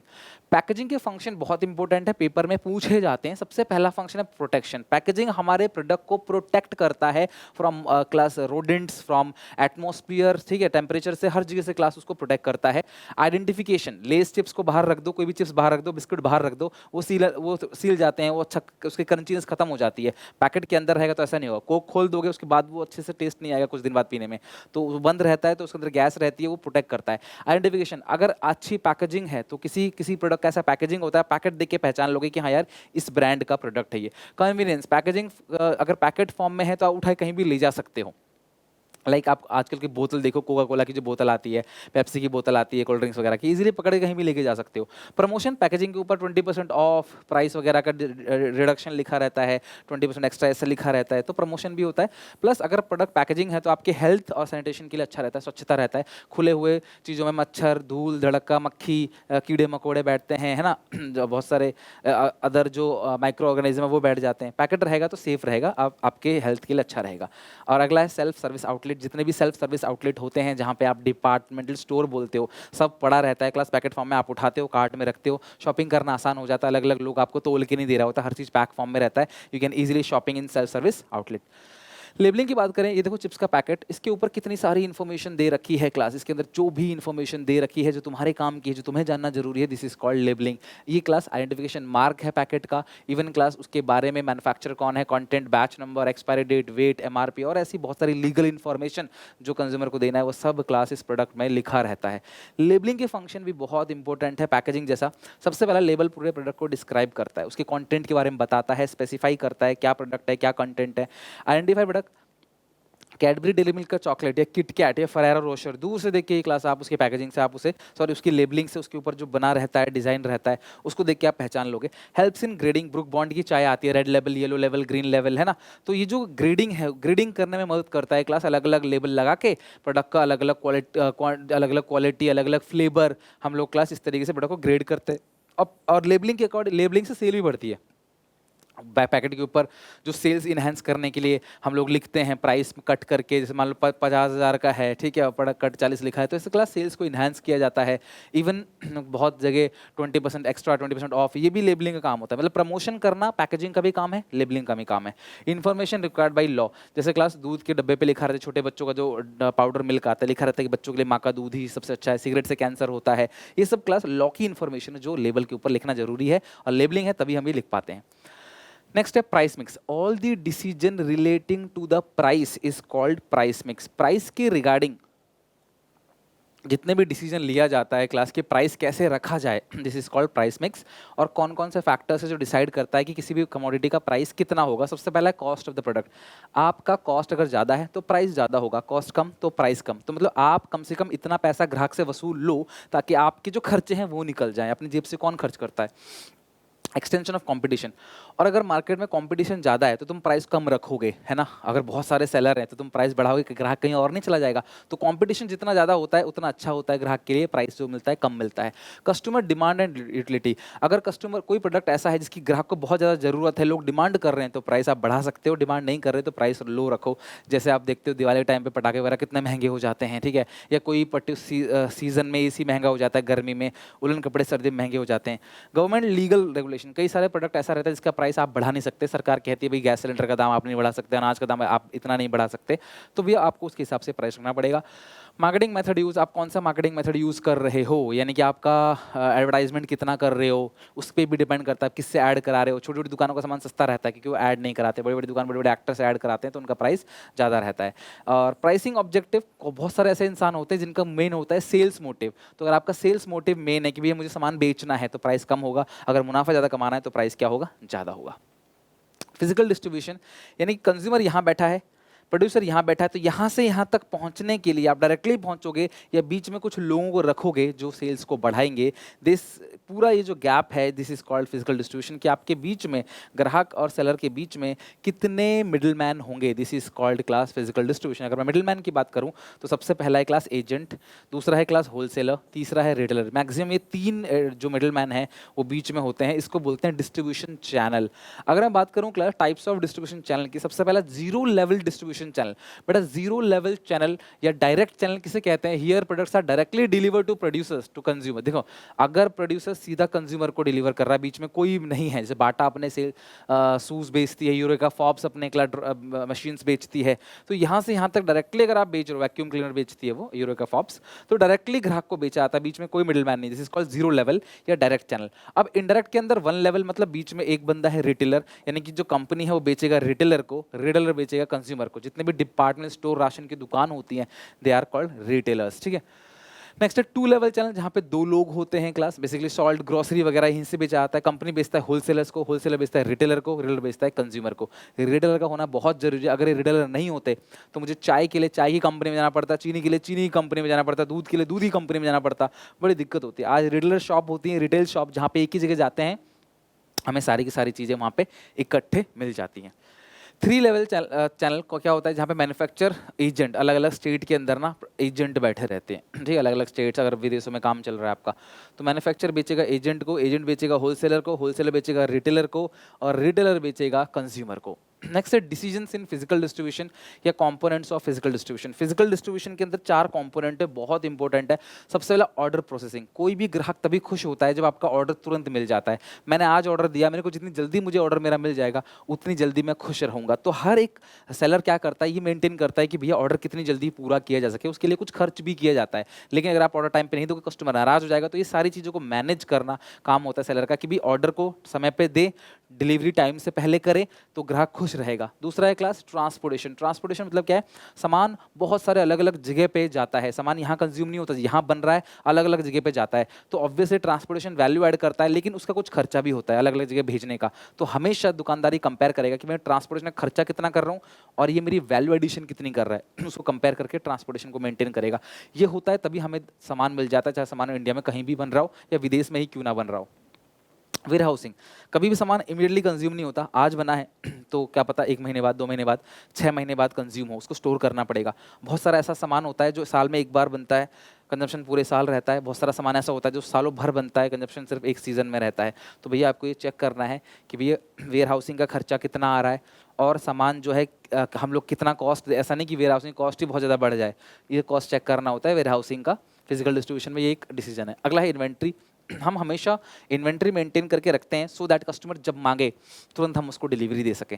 तो हमें देखना है कि इन्वेंट्री मेंटेन करने में खर्चा कितना आ रहा है। कई सारा पैसा लगा होता है, माल को खरीद के लाके ब्लॉक किया जाता है दुकानों पे, उसके खर्चा कितना आ रहा है, उसकी अपॉर्चुनिटी कॉस्ट कितनी आ रही है, और कस्टमर को कितनी सेटिस्फेक्शन मिल रहा है। This is called, these 4 are physical distribution components. Next है promotion mix. Sorry, promotion mix का मतलब क्या है? जितने भी डिसीजन लिया जा रहा है प्रमोट करने के लिए सेल्स को। प्रमोशन बेसिकली क्या मतलब है कि हम कोई प्रोडक्ट लॉन्च कर रहे हैं, हम कोई प्रोडक्ट लेके आए, तुम किस किस तरीके से लोगों तक ये बात पहुंचाएं कि देखो हमारा एक नया प्रोडक्ट आ रहा है। This is called promotion mix. Promotion के अंदर बहुत सारी चीज डिसीजन लिया जाता है, जैसे कौन सा मीडिया यूज़ करोगे आप एडवर्टाइजमेंट के लिए, कौन सी टेक्निक को यूज़ करोगे, कौन सी पब्लिसिटी मेजर को यूज़ करोगे। बहुत सारी जगह जब मूवीज़ बनती है तो लोग बहुत सारे पब्लिसिटी स्टंट करते हैं। बहुत सारे मूवीज़ के अपने एग्जाम्पल देखे होंगे, लोग मूवी को प्रमोट करने के लिए कुछ ऐसा काम करते हैं जो नहीं करना चाहिए। पब्लिक रिलेशन, आम जनता के साथ कैसा रिलेशनशिप है आपका, तो देखते हो आप, ये आईपीएल के मैचेस चलते हैं, वर्ल्ड कप चलता है, लोगों को प्राइज दिया जाता है, पीछे ब्रांड नेम रहता है, ये प्रमोशन है। एक्टर एक्ट्रेस कपिल शर्मा के शो में आते हैं क्लास, यहाँ पे अलग अलग टीवी सीरियल्स में आते हैं, आपकी अदालत में आते हैं, लोग अपनी मूवी का प्रमोशन कर रहे हैं। कपिल शर्मा शो में तो हर बार कोई एक्टर आता है तो अपनी मूवी का प्रमोशन करने ही आते हैं। नेक्स्ट है एलिमेंट ऑफ प्रमोशन। प्रमोशन के जो एलिमेंट है क्लास वो कौन कौन से? सबसे पहला advertising, sales promotion, person selling और पब्लिक रिलेशन। ये चारों चीज़ें हमें पढ़ना है class. This 4 are the elements of promotion mix. तो सबसे पहला एलिमेंट है क्लास एडवर्टाइजिंग। एडवर्टाइजिंग मतलब पेड फॉर्म, पैसा दिया जाता है। अगर मैं किसी ब्रांड का यहाँ पर प्रमोशन कर रहा हूँ, ठीक है, तो भैया एक मैं आइडेंटिफाई स्पॉन्सर्स हूँ, मेरे फॉलोअर्स हैं, मैं कोई बोलूँगा भाई ये वाला प्रोडक्ट आप यूज़ करो, ये प्रोडक्ट अच्छा है, दिस इज कॉल्ड एडवर्टाइजिंग। तो एडवर्टाइजिंग का मतलब क्या है class, define as a paid form of non personal. तो मैं यहाँ किसी को पर्सनली नहीं बोल रहा, सबके लिए बोल रहा हूँ, भले उसको ये प्रोडक्ट चाहिए या ये प्रोडक्ट नहीं चाहिए। Presentation and promotion of idea, idea का, गुड्स का, सर्विस, किसी भी चीज़ का प्रमोशन किया जाता है एक एक्टर एक्ट्रेस द्वारा, जिसको बोलते हैं आइडेंटिफाई स्पॉन्सर। कोई भी हो सकता है, क्रिकेटर हो सकता है, एक्टर एक्ट्रेस कोई भी हो सकता है। जो टीवी चैनल पे चल रहा है क्लास यहाँ पे, और यहाँ पे क्लास वीवो का, ओप्पो का छोटा छोटा ऐड दिखता है, ऐड आता है, ब्रेक आता है, ये सारा का सारा क्या है क्लास, प्रमोशन है। मेरिट बेनिफिट एडवर्टाइज और क्लास मेरिट बेनिफिट या फिर कह लो कि फीचर्स ऑफ एडवर्टाइजिंग। एडवर्टाइजिंग का सबसे ज़्यादा फायदा क्या है, रीच। आप अगर टीवी में ऐड कराओगे तो लाखों करोड़ों लोग उसे एक सेकंड में देख लेंगे, तो बहुत दूर दूर तक प्रोडक्ट का रीच बढ़ जाता है। चॉइस, भैया आपकी चॉइस है कि आप किस टाइप का एडवर्टाइजमेंट कराना चाहते हो। प्रिंट मीडिया कराना चाहते हो, रेडियो पे, टीवी पे, इंटरनेट पे, वेबसाइट्स पे, रोड पे, बोर्ड पे, जो होर्डिंग्स होती है उस पे करना चाहते हो, कैसा। लेजिटिमेसी, अगर टीवी में ऐड आता है तो लोग का भरोसा रहता है, एक विश्वास रहता है कि यार टीवी में ऐड आया है तो प्रोडक्ट अच्छा होगा, इसका टीवी में ऐड आता है भाई अच्छा होगा। इकोनॉमी सस्ता रहता है, एक बार टीवी में ऐड डालते हैं, करोड़ों लोग उसको देखते हैं क्लास, तो लाखों लोग सामान खरीदते हैं, जिसकी वजह से क्लास कंपनी को सेल बहुत ज़्यादा बढ़ती है, जिसकी वजह से कंपनी मुनाफा कम रखने के बाद भी सामान को बेच सकती है। मतलब 1 रुपये मुनाफा भी कमा रहे हो तो भी तुम करोड़ों सामान बेच के पैसा कमा सकते हो, तो ये इकोनॉमी रहता है। दूसरा क्या है, कस्टमर सेटिस्फेक्शन बढ़ता है। जिन चीज़ का, जिसका ज़्यादा एडवर्टाइजमेंट आता है, तो जब आप वो प्रोडक्ट खरीदते हो तो कहीं ना कहीं आप सेटिस्फाई रहते हो कि हाँ यार सेटिस्फेक्शन है, इसका अच्छा प्रोडक्ट है, टीवी में बहुत ऐड आता है। नेक्स्ट है सेल्स प्रमोशन। सेल्स को प्रमोट करने के बहुत सारे टेक्निक्स हैं, देख रहे हो क्लास, ये सारा टूथपेस्ट छोटा सा फ्री दे दिया इसके साथ, तो इंसान ये ब्रश खरीद ही लेगा। और पैकेट के साथ बॉर्नविटा के साथ जार आता है, हॉर्लिक्स के साथ थोड़ा शेकर आता है, इस तरह स्क्रैच कार्ड आता है ना, और कूपन कोड आते हैं, फ्लैश सेल 50% ऑफ, या फिर सीजन के एंड का सेल, और 2 खरीदो 1 फ्री, ये बहुत सारी टेक्निक्स हैं। दीज ऑल और sale promotion technique, it refers to all the promotional technique which induce the customer to buy a product. Customer को भड़काता है, इंड्यूस करता है किसी तरीके से कस्टमर प्रोडक्ट खरीदे। नेक्स्ट है पर्सन सेलिंग। जब कोई इंसान आपके घर आके या पर्सनली आपसे डील करके या पर्सनली आपसे कॉल पे बात करके सेल करने की कोशिश कर रहा है, this is called personal selling.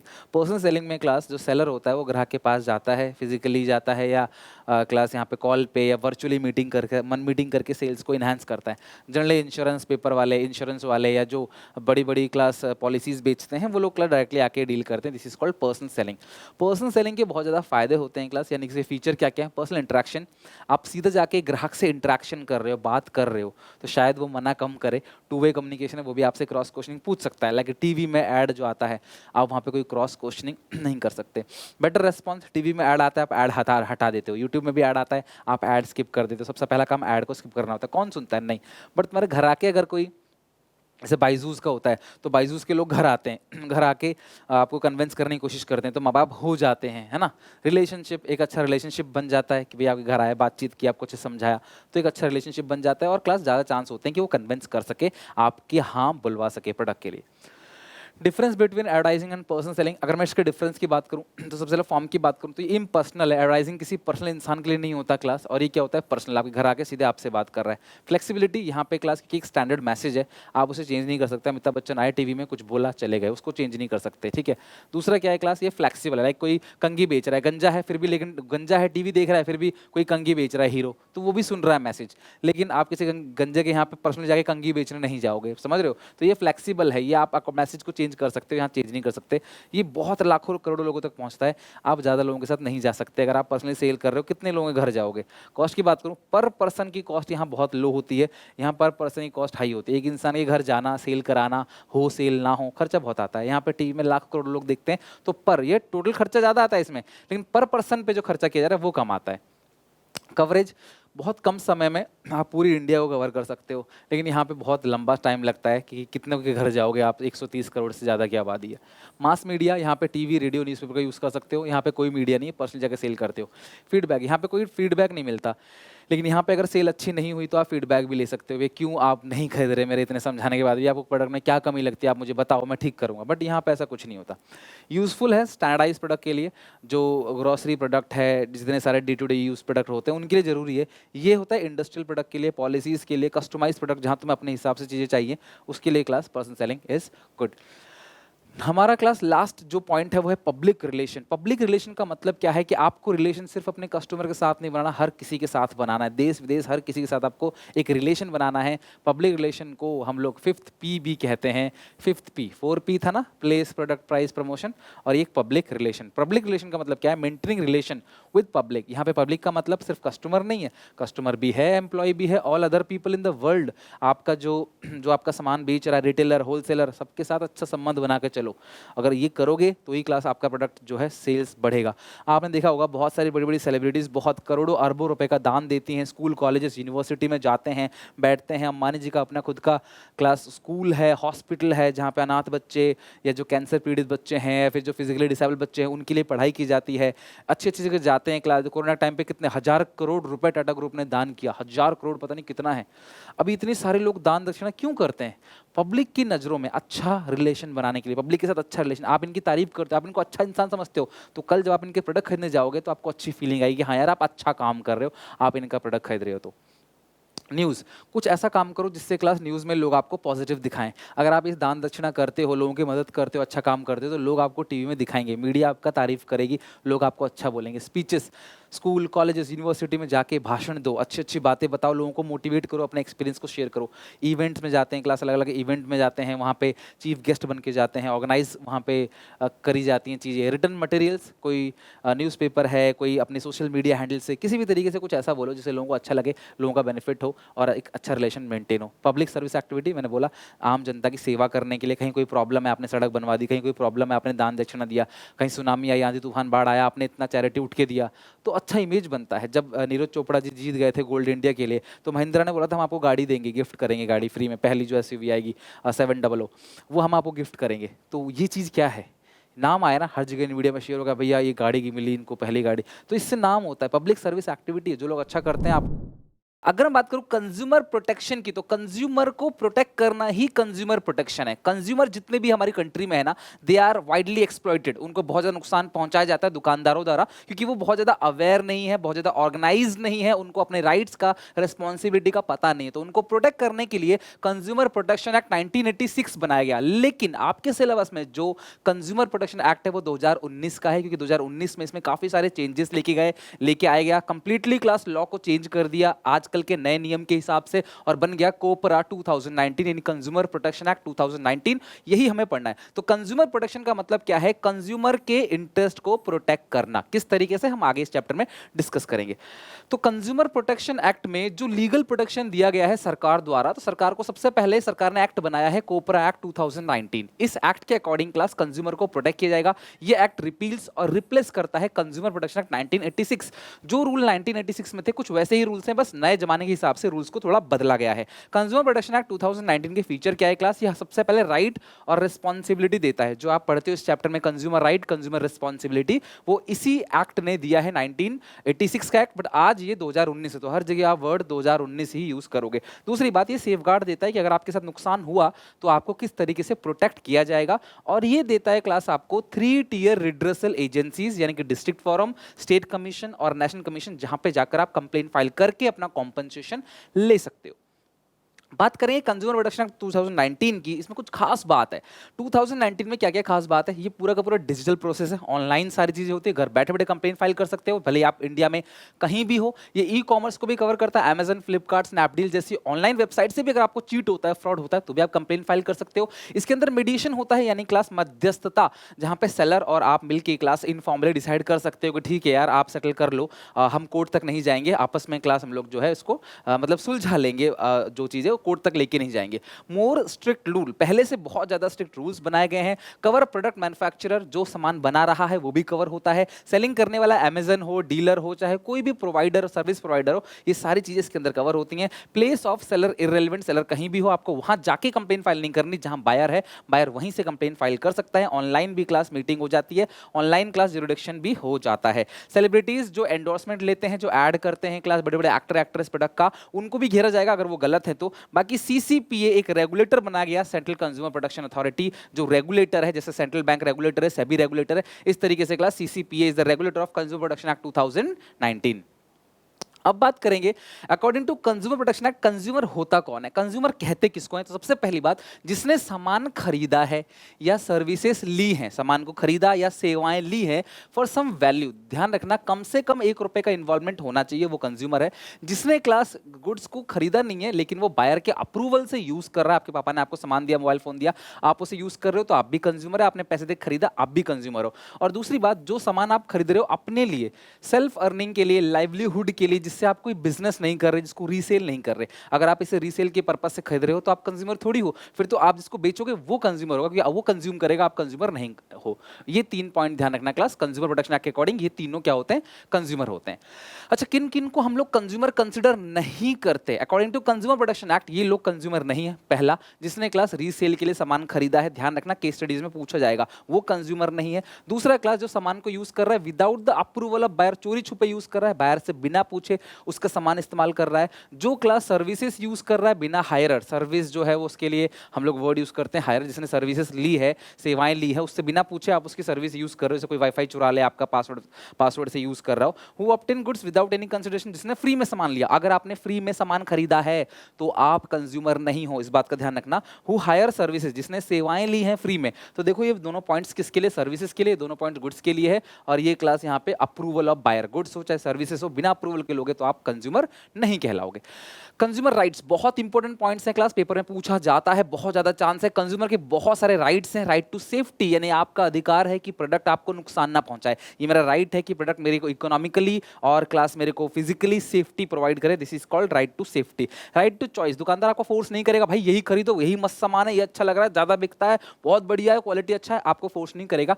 कौन सा प्रोडक्ट चूज करना है ये आपका अधिकार है क्लास, ये आपका राइट है। राइट टू इन्फॉर्मेशन, ध्यान से सुनना, राइट टू इन्फॉर्मेशन का मतलब है प्रोडक्ट के रिगार्डिंग आपको इन्फॉर्मेशन दे, कंज्यूमर प्रोटेक्शन एक्ट के रिगार्डिंग नहीं, प्रोडक्ट के रिगार्डिंग। जो भी प्रोडक्ट है, इसका क्या प्राइस है, कैसे यूज करना है, क्या कुछ खास बात है, किस चीज का ध्यान रखना है, सारी इंफॉर्मेशन रिगार्डिंग टू प्रोडक्ट लेना, right to information. Right to hear का मतलब क्या है कि अगर कुछ दिक्कत आई है तुम्हें तो तुम्हारी बात को सुना जाएगा, तुम कंप्लेन फाइल कर सकते हो, keep in mind complain file कर सकते हो, राइट टू हियर। और तुम कॉम्पनसेशन ले सकते हो, राइट टू हियर मतलब कोई है तुम्हारे सुनने के लिए, तो कोई बैठा हुआ है, ऐसा नहीं कोई सुन नहीं रहा, और यहाँ पे तुम्हें कॉम्पनसेशन मिलेगा। राइट टू सीक रिड्रेसल, यानी कि तुमको कॉम्पनसेशन दिया जाएगा, रिफंड दिया जाएगा, पैसा तुम्हें दिया जाएगा तो तुम्हारा नुकसान है। और राइट टू एजुकेशन का मतलब क्या है, कंज्यूमर को एजुकेट किया जाएगा, आपको पढ़ा के ये एजुकेट ही किया जा रहा है, राइट रिस्पॉन्सिबिलिटी आपको बताई जा रही है। इसका मतलब जागो ग्राहक जागो, टीवी में कैंपेन चलता है, ऐड आता है न्यूज़पेपर में, मैगजीन्स में, वो होता है right to education. Right to information में क्या होता है, आपको प्रोडक्ट के रिगार्डिंग इन्फॉर्मेशन दी जाती है। राइट टू एजुकेशन आपका अधिकार है कि आप एक कंज्यूमर हो तो कैसे उसको प्रोडक्ट किया जाए, उसकी information, right to education. Responsibility की बात करें, कंज्यूमर की बहुत सारी रिस्पॉन्सिबिलिटीज़ हैं जिन्हें कंज्यूमर को निभाना चाहिए। राइट्स के साथ साथ आपको काफ़ी सारी रिस्पॉन्सिबिलिटी भी दी जाती है, जैसे consumer must excise his right, जो तुम्हें राइट्स मिले हैं, अधिकार मिला है, उस अधिकार का पालन करो। तुम कंप्लेन फाइल कर सकते हो, तुम्हें अधिकार मिला है तो कंप्लेन फाइल करो ना यार, क्यों छोड़ रहे हो सेलर को। कॉटियस कंज्यूमर, सावधान रहो, ब्लाइंडली सेलर की बात पे बिलीव मत करो, आप सावधान रहो, सतर्क रहो और सामान खरीदो, अपनी भी गलती ना करो। और छोटी मोटी कुछ अगर आपको नुकसान हुआ है 100,000, 2,000, 10,000, 5,000 का, तो भी तुम कंप्लेन फाइल करो। अदरवाइज सेलर सोचेगा अरे यार ये तो कोई कंप्लेन फाइल नहीं कर रहा, मैं और लूटता हूं, तो आप उसको तुरंत ही, छोटे से अगर वो नुकसान पहुंचाता तो भी आप कंप्लेन फाइल करो। क्वालिटी कॉन्शियस रहना बहुत जरूरी है, क्वालिटी मार्क्स वगैरह जरूर चेक कर लिया करो, आईएसआई मार्क चेक करो, गोल्ड खरीद रहे हो तो हॉलमार्क चेक करो, उल मार्क चेक करो, बहुत सारी क्लास क्वालिटी एश्योरेंस मार्क होते हैं, आपको वो जरूर चेक करना चाहिए। अगर आप क्वालिटी एश्योरेंस मार्क चेक नहीं करोगे तो कहीं ना कहीं आपको नुकसान पहुंचाएगा। Don't carried away by advertisement, TV में जितने भी एडवर्टाइजमेंट होते हैं सिर्फ एक्साग्रेट की जाती हैं चीजों को, प्रोडक्ट को बेचने के लिए कुछ भी ऐड डाला जाता है, तो क्लास कोशिश करो क्लास कि आप ऐड के पीछे मत भागो, अपना खुद का दिमाग भी लगाओ। इंसिस्ट ऑन कैश मेमो, कई बार हम टैक्स बचाने के चक्कर में बिल नहीं लेते, तो प्लीज बिल लिया करो, ये बिल होता है प्रूफ ऑफ परचेज, और ये अगर है तो ही आप कंप्लेन फाइल कर सकते हो। अगर बिल नहीं लिया आपने तो सबूत क्या है कि आपने खरीदा है, दुकानदार कल को मना कर देगा। रेस्पेक्ट टू इन्वायरमेंट, वो चीजें खरीदो जो इन्वायरमेंट को नुकसान ना पहुंचे, प्लास्टिक पॉलिथीन मत लो, उसका यूज मत करो क्योंकि वो हमारे इन्वायरमेंट को नुकसान पहुंचाता है। तो ये सारे के सारे क्लास क्या है, कंज्यूमर रिस्पॉन्सिबिलिटी।